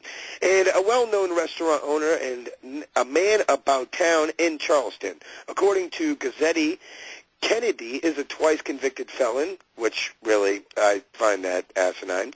The paper reported on Sunday that he pled guilty in federal court in West Virginia in 2005 to tax evasion and was sentenced to 3 years in prison, a penalty that was reduced after he agreed to wear a wire and made controlled cocaine buys and separate investigations. Kennedy had some background in the cocaine field in 1987. He pled guilty to selling between 8 to 10 ounces of cocaine in connection with the scandal that toppled the Charleston mayor, Mike Rourke. The Gazzetti explained Kennedy apparently no longer works at Freedom Industries. And another twist, Stover Kennedy Farrell's friend and the Facebook defender of the Freedom Industries is Kennedy's ex-wife, according to Gazzetti archives. So I just find it quite crazy. Well, here's what these guys did. All these cocaine trading criminals, all these freaking no-good scumbag criminals, they got smart. They're like, fuck, why are we fucking around with too big? Why don't we go into the white-collar world where we can really commit crimes? And not only will we not go to jail, we can bring the mafia, give us more money. To the politics. Fuck the fucking selling cocaine. Fuck the selling cocaine. Let's go fucking in the chemical business in West Virginia. Shit, we can make real money. I mean, why would they go to white-collar crime? They're mobsters. They're gangsters. They really are. They really are. And when you start doing your research, it makes you question. They really are mobsters, though. It As far as I'm concerned, I have to say this, and I'm sorry to interrupt. I think right here that the fact that half the other scandals and wash-up bullshit endeavors that these presidents can brush under the not-so-important rug there, you know, like the $1.2 trillion missing the day before 9/11, okay, the Benghazi scandal, IRS, and whatever scandals that we don't even know about that they're probably doing and getting away with right now, like NSA, okay? Like, I mean, and they got all these missing in Iraq in cash.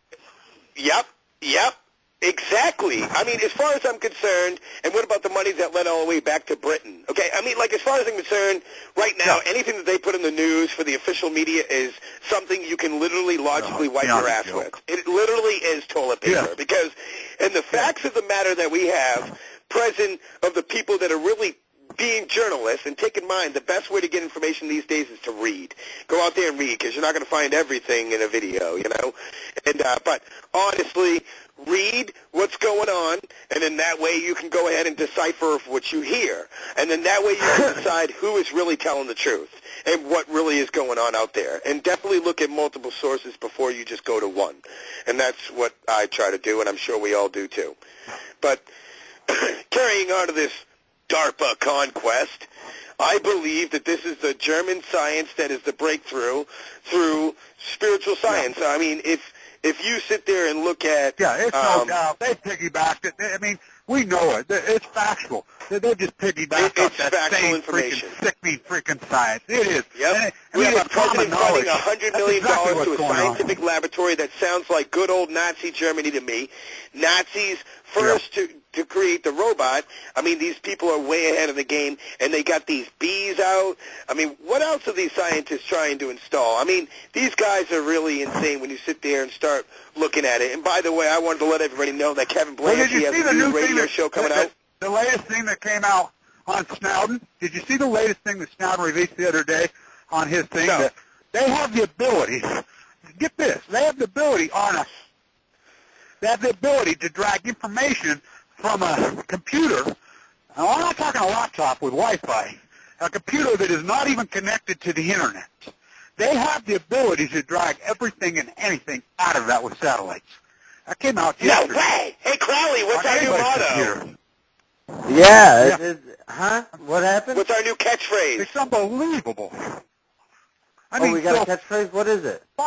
It's Snowden in D.C. It's Snowden in D.C. Yeah, it's Snowden in D.C. I heard the forecast right now is it's Snowden in D.C.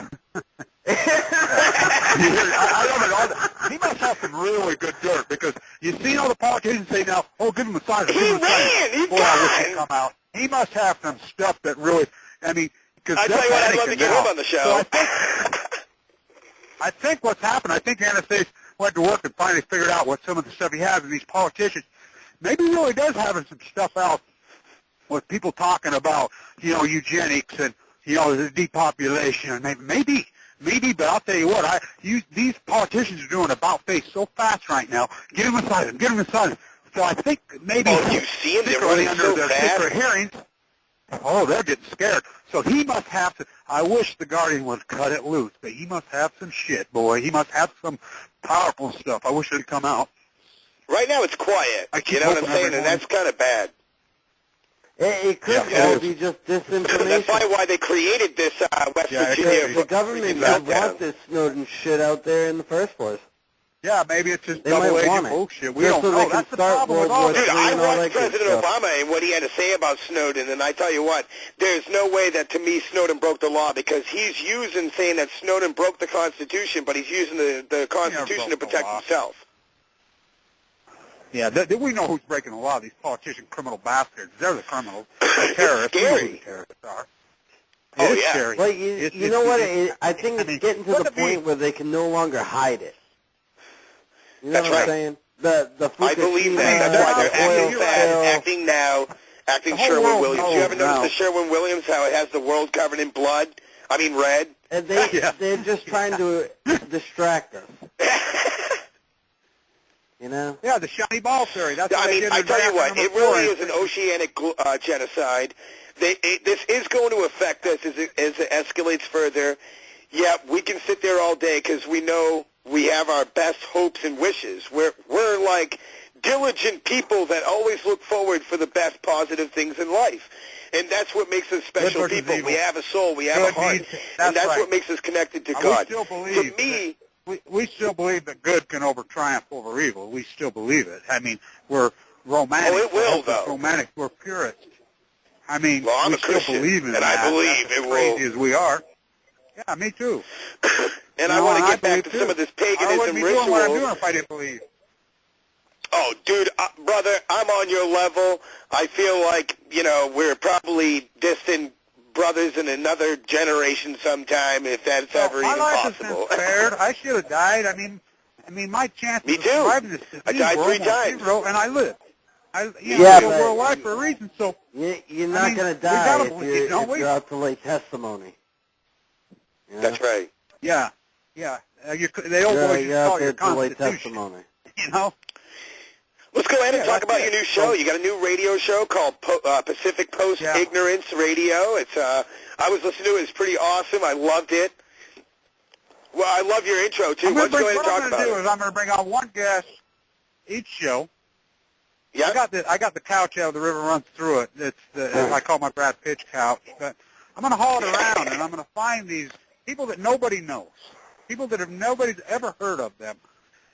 Artists, writers, socioeconomists, different people, just people who get it, who's got mine. I'm going to have one guest on per hour, and it's just going to be me and them in a cordial conversation, what they want to talk about.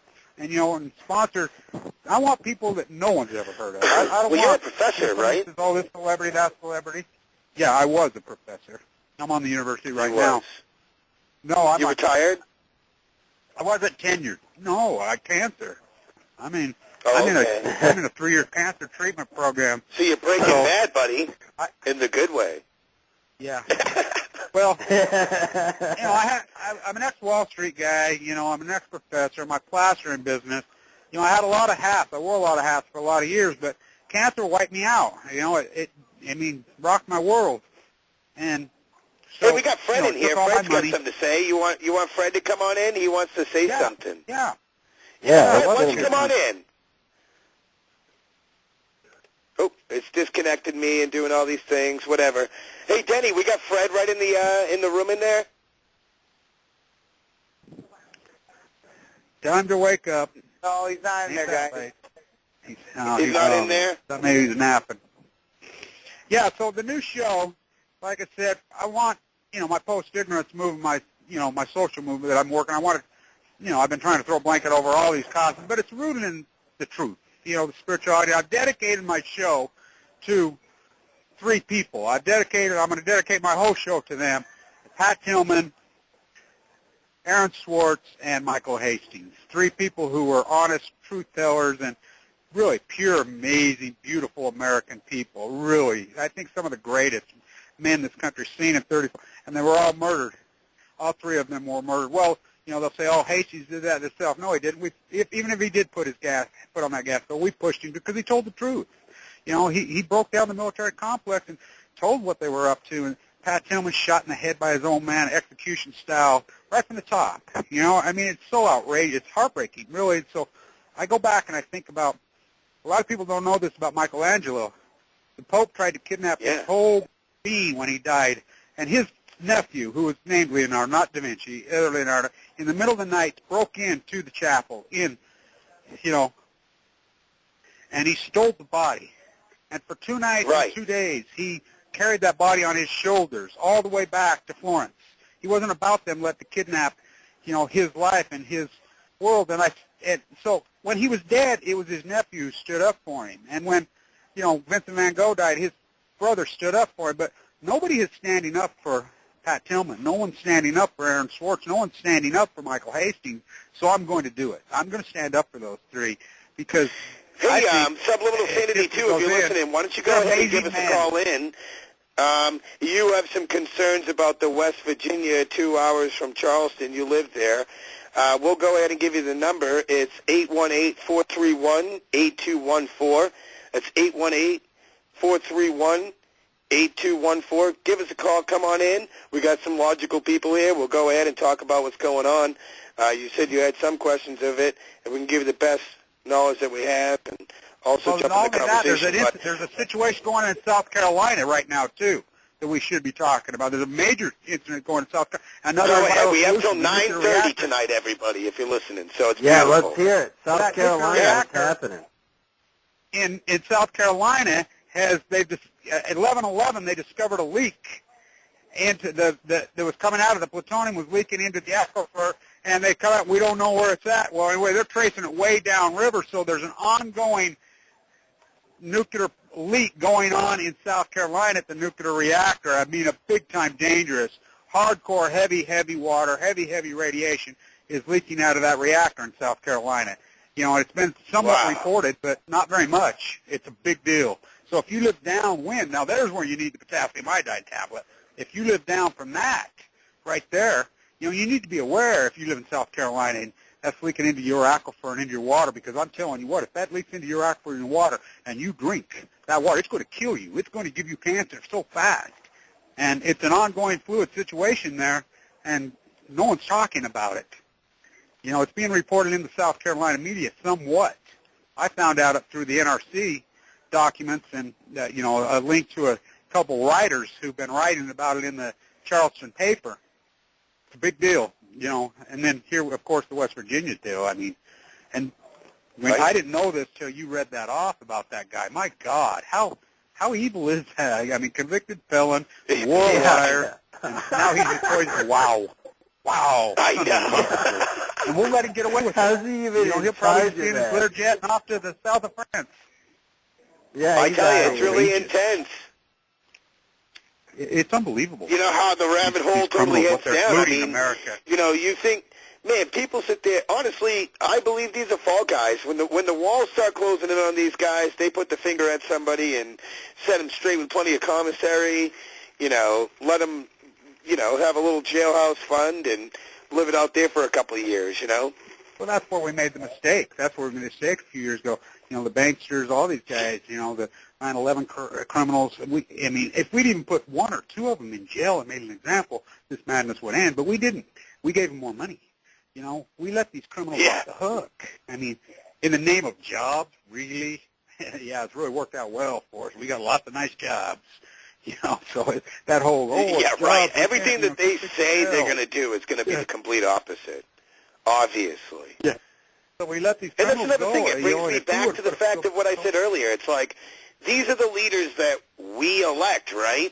So 50% of these people, I don't care who you are, you're driving around with an Obama sticker on your car, you know, to me, you're the problem. You know what I mean? Like you totally voted this guy in here. You don't have any hope. I mean, you got two exactly. And so everybody in the world is going to think that you're a douche. Yeah. Well, it's not even, not even Obama. It doesn't care which one of these monsters there's. So I blame the spiritual leaders. That's who I blame. I don't even blame politicians anymore because I've had it with them. We all know they're a bunch of sick, greedy, narcissistic, you know, like I said, addicted to love, creepy power punks. But so what are their spiritual leaders? You know, Joe down there, the megachurch leader, Jesus died so I can be rich? That's so grotesque. Where are they? Where are they? You know, Megan Rice is getting ready to be sentenced. You know, and an 83-year-old man, I'll be there, by the way, in Tennessee for that sentencing. That's going to be a big deal on the 28th. But where are our spiritual leaders? I mean, that's what we need. Where are they? The real ones. Turn this around. Yeah, where are they? I mean, I hear them beating war drums. They've all been corrupt. I mean, I literally have heard that basically starting as time has escalated through our destined fate till today, that it started off with true avengers like us, true truth freedom fighters that are behind the curtains that we don't know about, and they would be out there truly, you know, standing up and making sure that these churches don't fall corrupt, that these governments and politicians and that our communities don't fall corrupt, you know, praying for our future. And those people have all been bought out. Those people have been paid off to sit comfortably well, they can only and be bought shut out up. if you accept the money. See, that's the thing. Does everybody, are you telling me everybody in the spiritual world, money can buy their integrity?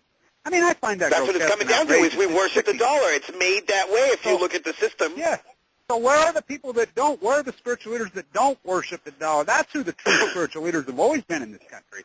Where they are. I hate to say it, brother, we're them. I mean, I said it once and I'll say it again. I mean, what do you think, Crowley, on this whole, debate it's here? Anybody who takes it up and I says get this it. stuff, I get it. some kind of truth, then you become your kind of spiritual leader in your kind of community, don't you?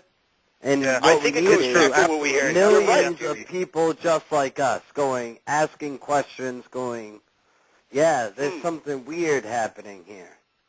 Yep. Yeah. Because, like I said, you don't have to be a genius. You don't have to be educated. You don't have to know the nut. But we in the core of our beings, we know right from wrong. Especially if you call yourself a Christian, and if we know the teachings of Jesus. We really get down to it. I tell you what, if you read that Bible, you'll decide whether you're a Christian or not. Yeah, with any faith. I don't care if you're pagan or whatever, we know right and wrong. It doesn't matter what you are. Right and wrong. Right from wrong. You're right. You know I will bring up this one thing. Through the ancient, I've always had this conflict of interest with, like, crosses and churches ever since I was a kid. And I'm not saying this is like a way to try to inspire people to not go to church. I'm saying this is a way of, like, almost having this intuitive feeling that something is not quite right here. And in life, you go to church and you get fed this paraphrased, message out of the Bible. They're taking your money and telling you to come back with a smile and a handshake and a pat on the back, and to me, it's just not right. I'd always leave kind of feeling a void. And then people walk around with this cross. They walk around with this cross, and this is supposed to represent, something. But what about all the other people that were sacrificed and crucified on crosses? When Jesus died, did he leave behind saying, "This piece of wood you must honor for the rest of your life and bow down"? Yeah, it's been hijacked. The cross has no doubt been hijacked. Yeah, man, I'm telling you what. Any of those guys, absolutely. He said to live in the Spirit. And if you're going to worship Jesus or understand your God, it's in the Spirit. It's not going to be in some kind of physical manifestation that you can hold or inject in your skin or anything like that. And these ancient gods, man, they knew what they were. I mean, these people in their ancient times obviously knew what they were doing, because we have the biggest mystery in the world, which is the pyramid. There was good and evil then. There's always been good and evil. Always. That's right.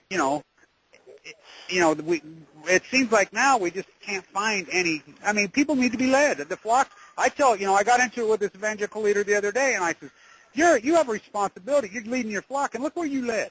Iraq, kill the people that didn't. And I said, you're going to rot in the lowest form of hell. You led your flock down amok that was really the opposite of what you say you were.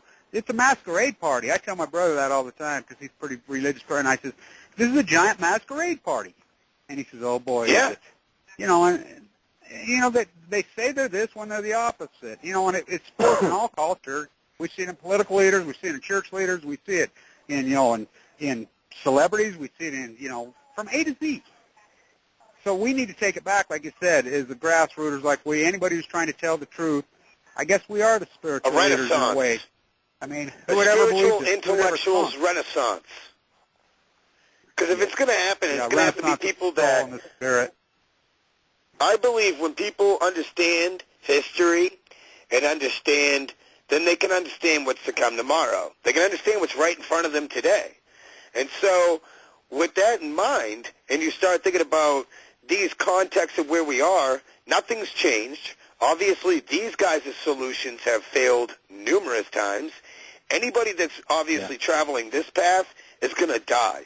Is that what we want to our country, to end up a failing project? They got a new movie coming out, Silas or something like that, with Tom Cruise, where they got the super soldier thing, going on the super soldier subject. Yeah. Tom Cruise has got a new movie. He, travels in loops in time and stuff, too, in the movie, I think. I don't know. Man, it's brand new. I haven't seen it. Yeah. Tom Cruise is a Scientologist. Now, there's a whole lunatic, which, by the way, I know. When I was stuck with I stuck at his house. Do you know the roots to the Scientology he's a freaking thing, Scientologist Kevin? lunatic. Oh, yeah. They're on every big time. I can really dive into their freaking I tell you, you look at Hollywood, they're the ones that are painting this picture of some kind of, super and they believe that nuclear fallout is good for you. Radiation's good for you. Radiation is delicious. I eat that shit for breakfast. No, they really believe. They believe it's the evolution of the Earth, that it's happened multiple times, and they'll tell you, the downwinders of Utah never died of radiation. I don't believe that. Atomic veterans I don't believe. No, but Chernobyl did. No. Do you believe that this has happened millions of times in history? No. Hell no. Never. I don't buy into any of that science fiction bullshit. Absolutely not. If anybody wants to tell you that, you punch him in the mouth. I'm just like, wow. They can have their dreams and their fantasies and their fairy tales all they want. I tell them, go read comic books. That's how Hulk was made out of plutonium. But yeah, you know what? You sound like a good storyteller. Why don't you go write one? Yeah, that's what I tell them all the time. I tell them exactly that.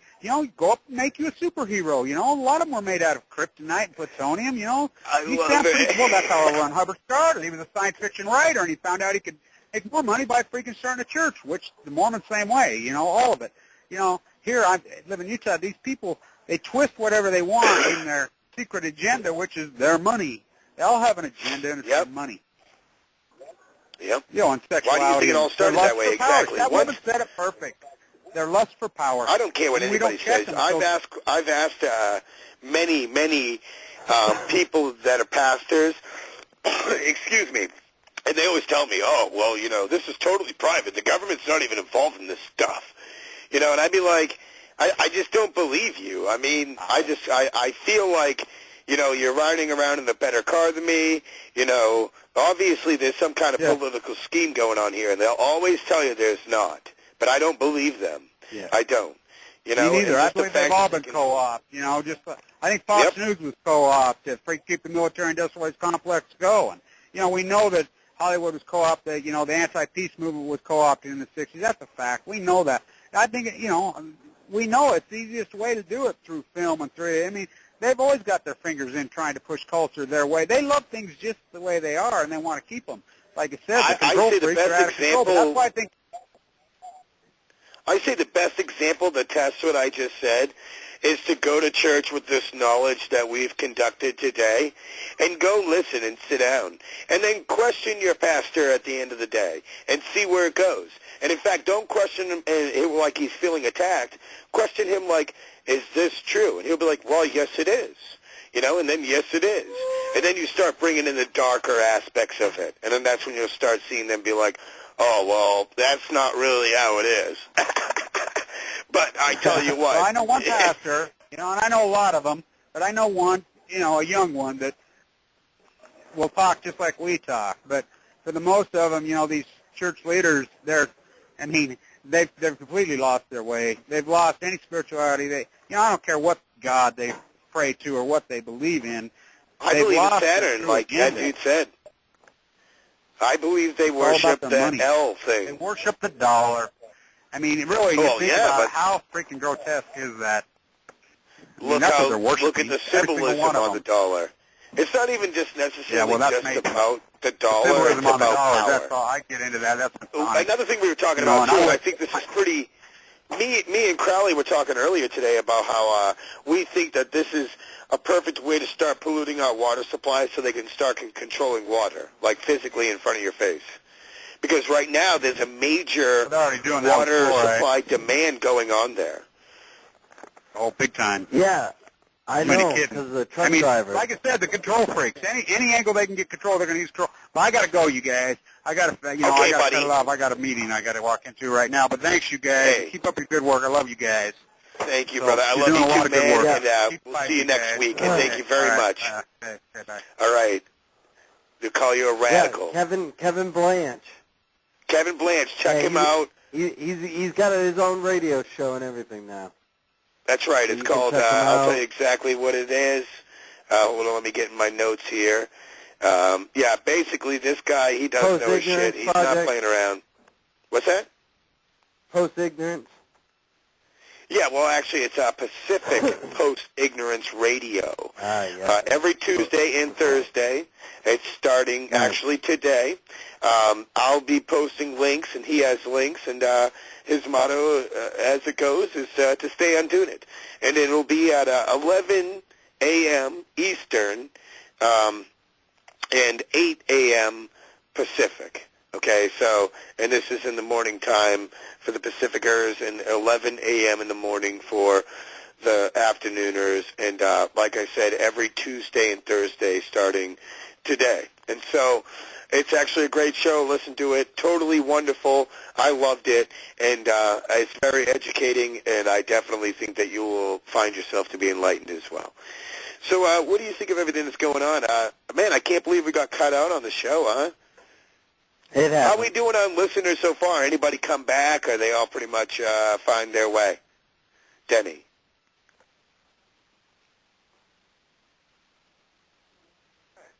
Brother, it's pretty much about the same. We lost a little bit, but they most of them just jumped right over. Okay, beautiful. Cool. So we can keep going, and we got some people that are still wanting to be well informed of what's going on. 4,500 listeners, guys. Thank you. Beautiful, beautiful. Yeah. Well, thank you guys for sticking around and jumping over. We apologize for the technical difficulties. We're always being targeted. So, yeah, we always have a show where Crowley barely says anything. What do you got to say? It's all good, man.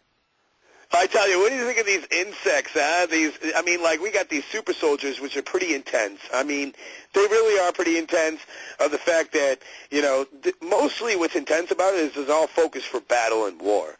That's like what the most intense things. And if you look at these Nazis and this Black Sun, the Holocaust, Afghanistan, blood, death, this all sounds like we're doing what they did. And robots that can move and have their own ability to be self-operative with no conscience. I see that we were leading into a situation where there will be police. There will be police. They'll be the soldiers. And people will be the slaves under the microscope of this huge scheme that is bigger than I could even fathom. And, you just heard everything in those clips, of the DARPA. You heard what Obama said. You heard what was the occult ancient practices that Hitler got a hold of and then got handed to America when we won the war. I mean, it was pretty intense stuff, And what is your knowledge of World War II? Because I know you definitely are pretty educated in the Nazi propaganda. What, are we still going? Oh, yeah, 9:30, bro, all the way. Oh, no shit. Yeah, well, so I guess the Nazis were into all this occult stuff to win the war, right? I guess there's a really good documentary, this Russian documentary, where they talk about UFOs and the Nazis building an underground lair underneath the Antarctic and stuff. That's right. I guess they just found an underground facility from the Nazis that was absolutely enormous, but it was all flooded out and stuff. I heard there was a part of where they were located, but they believe there was another part that they can't even get to. And I didn't just hear it. This other stuff. I saw it. This war could still be going on right now. And in our previous shows, in Immolated Cullings, we had played some clips there where Bush was completely influenced by the Thule Society when he joined the Skull and Bones. And obviously, the intentions behind these secret societies, these occult societies, because occult means hidden, is obviously working the hidden agenda of and taking off where the Nazis left off. I believe this is where, they thought, hey, we can win the war, we can win anything. Maybe this is where Revelations comes in, Well, if we look back, this is ancient societies' techniques and their science. And what is science? What is science? Is science the study of the natural world around us? That's exactly what it is. So it's something So obviously, the natural world around us is what we're trying to study. So what is more important, the study of the natural world around us or the natural world around us? Yeah. What's more important? The study of it? What's more important? What you're trying to say in a nutshell is, what's more important, the study that they put in front of your face today, or the study of the science of everything around you? Studying it or living it? I mean, I could read about how to jump over a nasty, treacherous ledge. You know what? I've always wanted to find a place to bring in this quote I wrote, and you just brought it up. Because you just said it right there. You just said it. It's beautiful. Let me go ahead and go to this quote real quick. All right. Yeah, Danny, you got a question? Let me read off this quote right here real quick. Here it is, right here. One course of action will be like a stone thrown into a lake in your mind, causing a ripple of countless thoughts and numerous emotions and experiences without even having to experience them at all. And that's absolutely true. One course of action will be like a stone thrown into a lake in your mind. Whether it be reading something, me telling you this right now, it is causing multiple thoughts, countless, like ripples in a lake, of numerous emotions and experiences without you even having to experience them at all. And that's pretty intense. And so when you sit there and think about that, that's studying science. That's totally studying and philosophizing the very makeup of being in our minds around us, the true depth of it, wouldn't you say? Yes. I would say anything to study of the truth around us, science. It's science. I mean, the study of the natural elements around us. Exactly. Pretty interesting. Danny messaged me. He said can he jump in? He's got a question. He's got a question for me. Of course. Go ahead, buddy. What is the question that we got?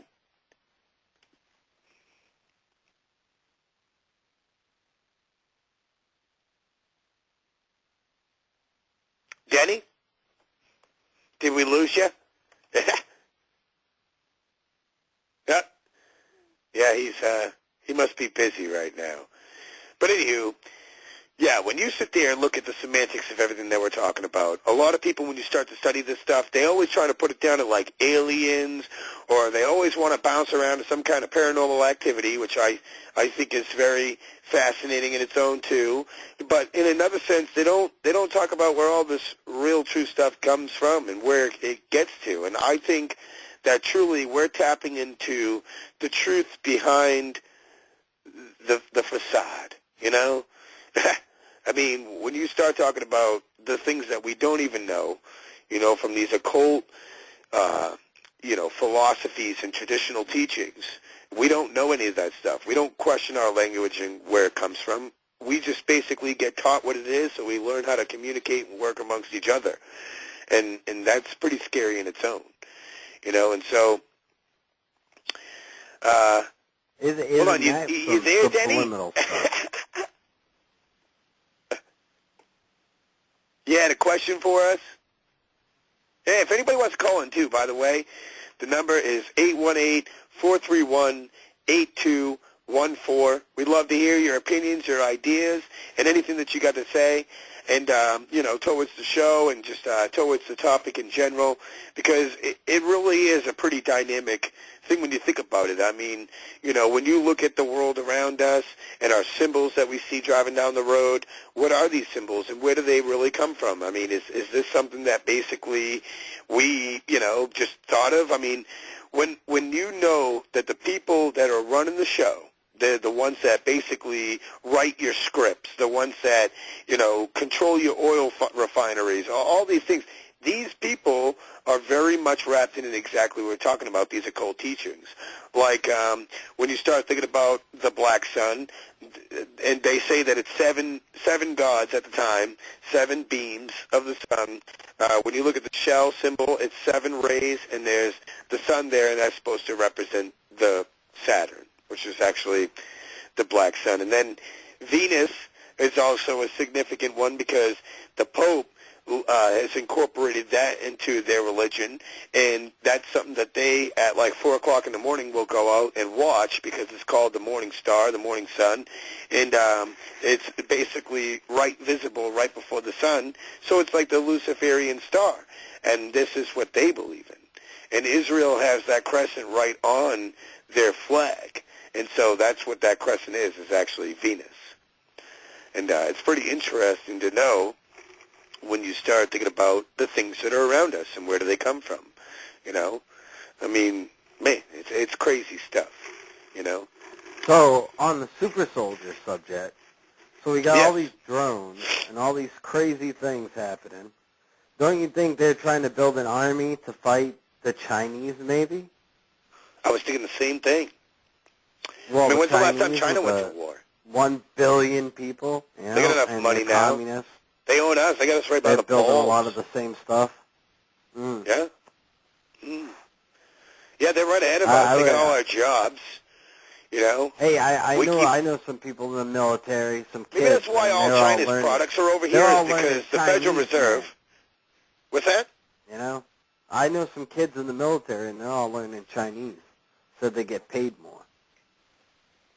Yeah, because obviously that tells you something right there. See, our government borrows money from banks to be able to distribute to us. That's pretty scary. You know what that means? That those banks want their money back. And they also have interest. That's where taxes come in. So if we're always getting taxed and they have all this interest, then how do you think they're going to get all their money back? And who are they indebted to on a nutshell, really? It'd be China, right? Everybody knows we have this big astronomical debt to China, all right?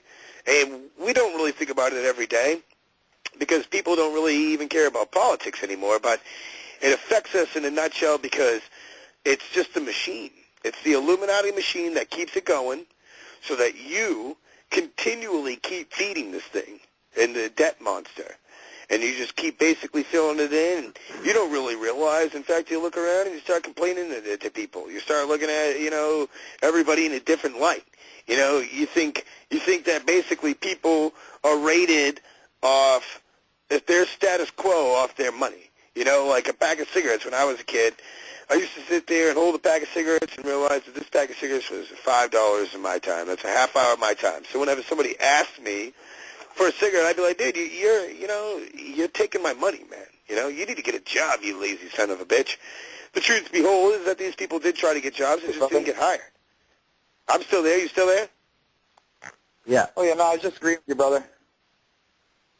Yeah. Yes. You had a question, Denny?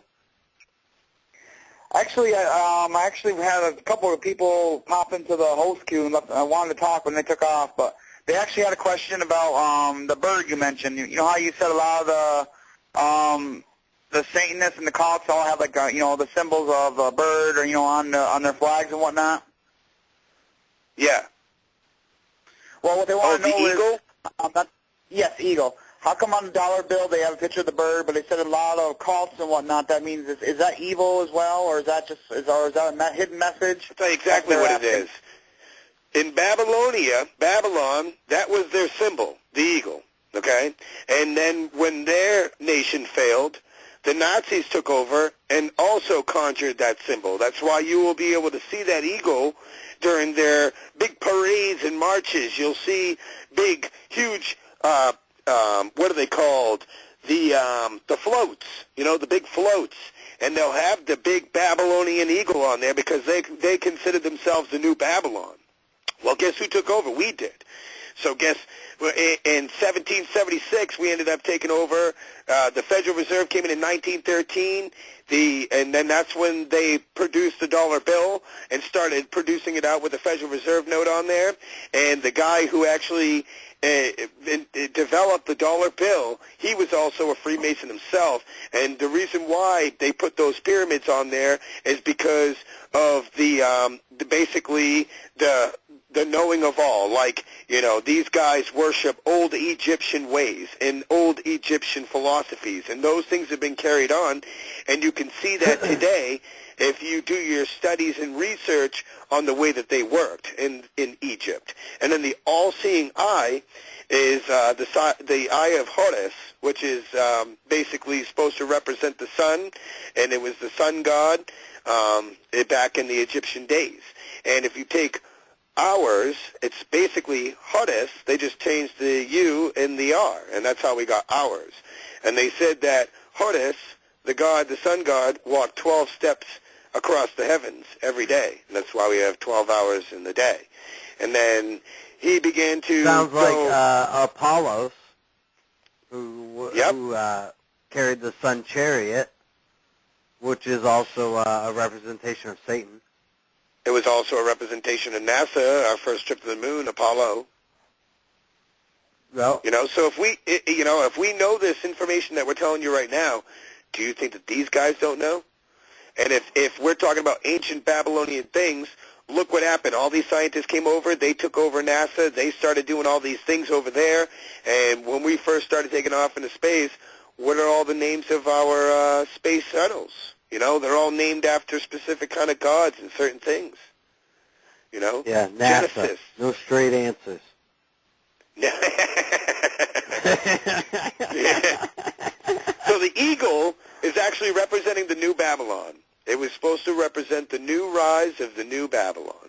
So if you ever read the Bible, it's all symbolistic towards these ancient things. It's like I had said in previous shows before, I had said that when you work with these kind of elements in life, spiritual forces, and you work with them in your life and you get down to the deep core of it to where you can actually witness it in society around you, you know that you're working with something here that's totally true.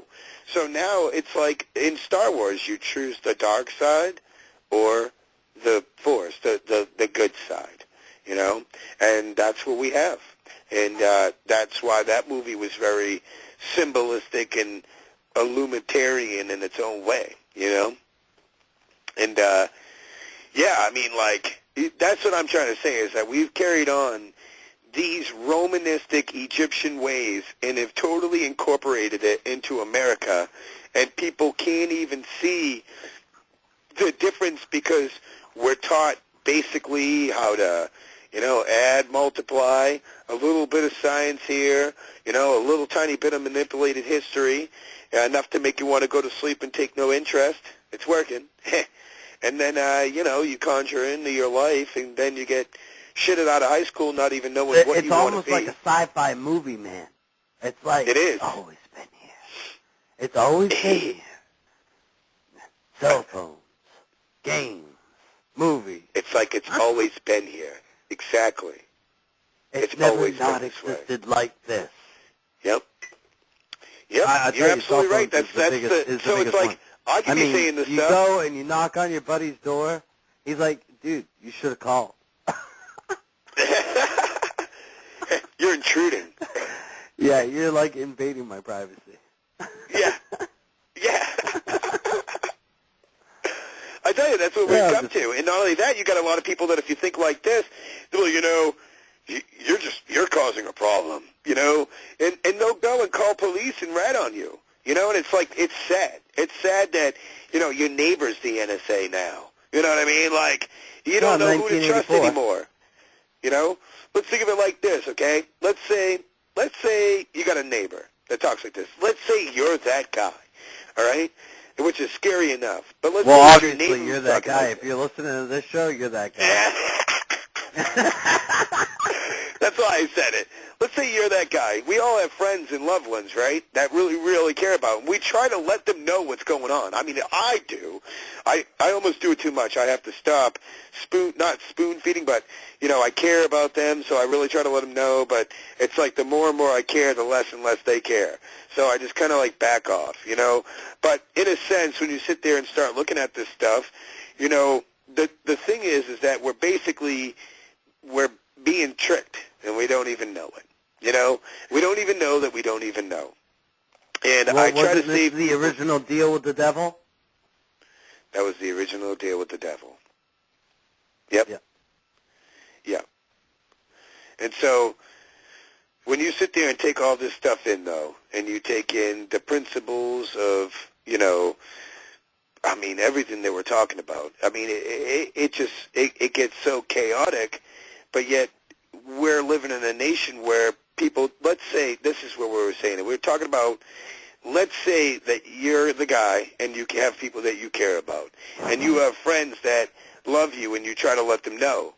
Well, when they see you getting locked out or walked out by the police, they're going to remain even more silent, all right? So almost silent over your behalf. And that is almost like a slap in the face in the first place. Like, if I was to get arrested and executed and guillotined for this shit, I would expect anybody that I know to take high recognition of this stuff and to start standing up, not living in fear. And the more that people live in fear, the more power you're giving them. And so that's kind of what's going on. And they create these problems and send these people out on your news that promote all this crap, all this fear propaganda, so that other people are subliminally taking it in and kind of feeling maybe the same way, or maybe even possibly being desensitized to eventually accept it for what it is as it comes into play to begin with. And so, but you never hear. Remember in 1984, the terrorists in 1984 were made up. They were made up so that the war can continually go on. And in fact, in 1984, within the Winston society that would defect. Yes. He said that people, he couldn't even remember time before the time of where he was at now. And when I'm reading this book, I'm looking at my kids, and I'm like, we've been at war now for 12 years. My kids, my oldest one was born in, I think, 2003, okay? She's my stepdaughter.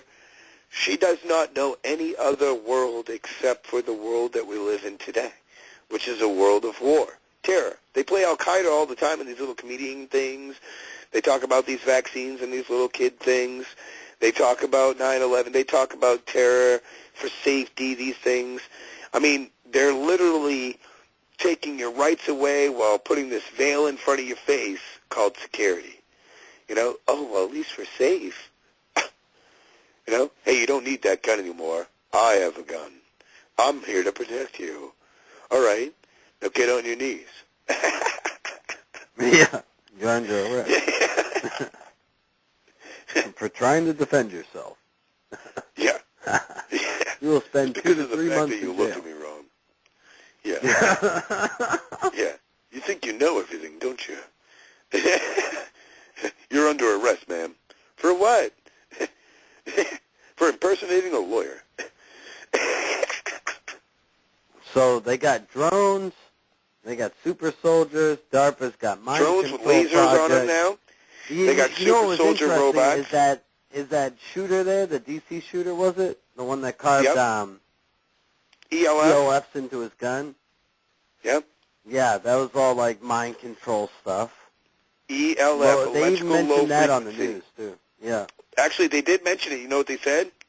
I saw it right on the news, and I promise you, on like basically, I'm not going to swear to God, but I'm basically going to say, I promise you, man. I promise you, I saw it right on the news. That's exactly what they said. The official NBC story was they had elf carved on it. Can you believe that? What does that mean? I have no idea what that means.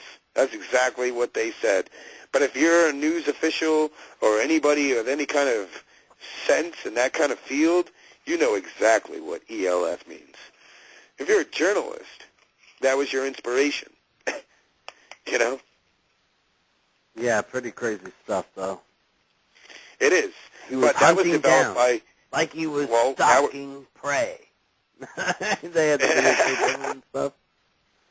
It's like he was stalking his victims down. Yeah, he was probably looking for certain individuals, too. You know? Let's look at the fact of, like, in those clips that you guys had there, we had some interesting... I can't remember. Who? Did he kill himself, or did they kill him? The DC shooter there. Oh, I believe they said that he shot himself. Oh, yeah. Yeah. It's always either a suicide or they shot him. Yeah. It's either one or the other. They never get questioned, do they? No. And pretty soon what's going to happen is that, you know, okay, they got these little robots, right? And whatever, from what I hear, this is what they're going to be doing.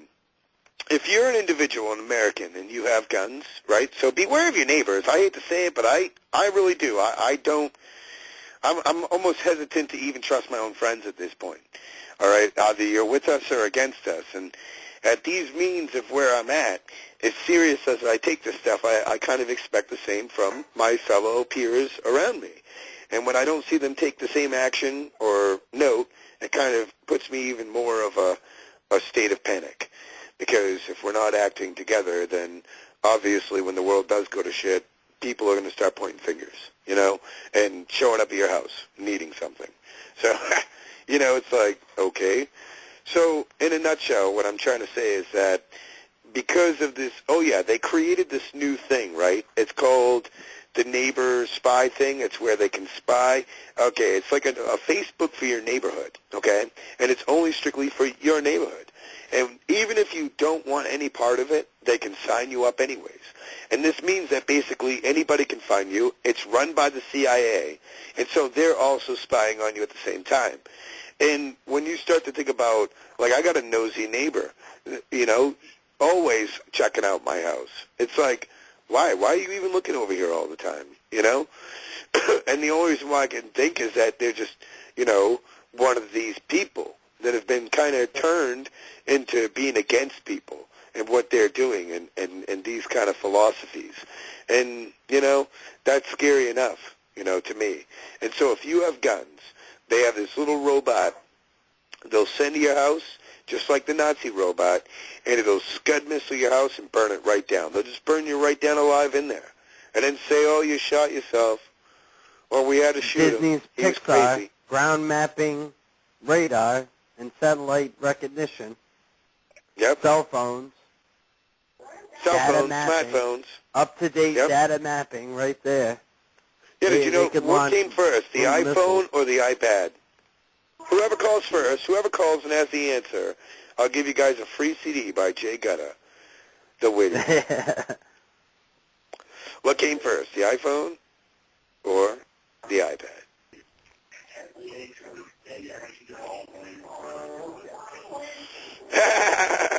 Do you know the answer, Crowley? Oh, yeah. Yeah. But yeah, man, I mean, like, if they're going to put all this money into these scientific robots, and then they got these super soldier encasings, it's like a shell that you climb into, and you're basically, it's an exoskeleton that you climb into. Yeah, like and the new Tom Cruise movie. Yeah, it's like you are a robot. It was in The Matrix, too. Remember when they had that thing? And they were fighting those things, and they had, you know, it just goes to show you that these writers are very much into not only these occult Terminator, teachings. I think they had it in Terminator. They had it in Star Wars. Yep. I mean, kind of. They let you know what's going on. It's a bigger robot, but, you know, same deal. They got really. robots for space. Oh, what's that movie? Starship Troopers. It was supposed to be in Starship Troopers, and I think it was a little bit. But it was supposed to be a big thing in the book and stuff. Exoskeletons.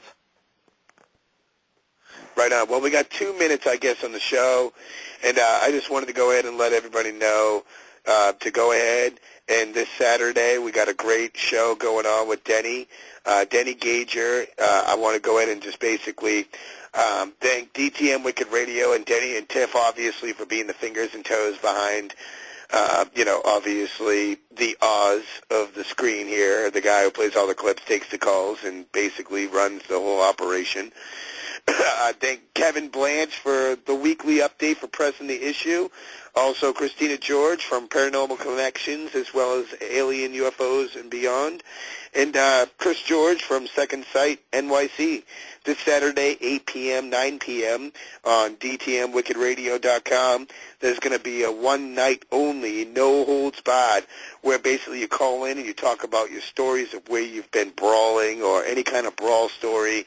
It's basically just a story to a show where you express, you know, the times that, you know, you've, you know, taken somebody out or whatever, you know. I actually have a story of my own I'll share. We did have a song for tonight, but I guess we got a little carried away in talking. I want to thank you all for coming out. It's a pleasure to have everybody here. I want to thank you guys most of all, because without you, it wouldn't be as adventurous as it really is and inspiring to keep creating it. Crowley, thank you for coming on tonight. I hope you guys all enjoyed the wonderful show of Occult Occult Science and Super Soldiers, and I hope it was enlightening. And if you guys have any questions, requests, give us a call, or just write us on Facebook. You can find us at Judas Crowley or Subliminal Sanity. And, yeah, we're basically everywhere, Twitter and everything. And, man, it was a wild night, huh? Yeah. I can't believe we got cut off. At least we got a free half hour, huh? Huh? All right, we're out of here. All right. Peace.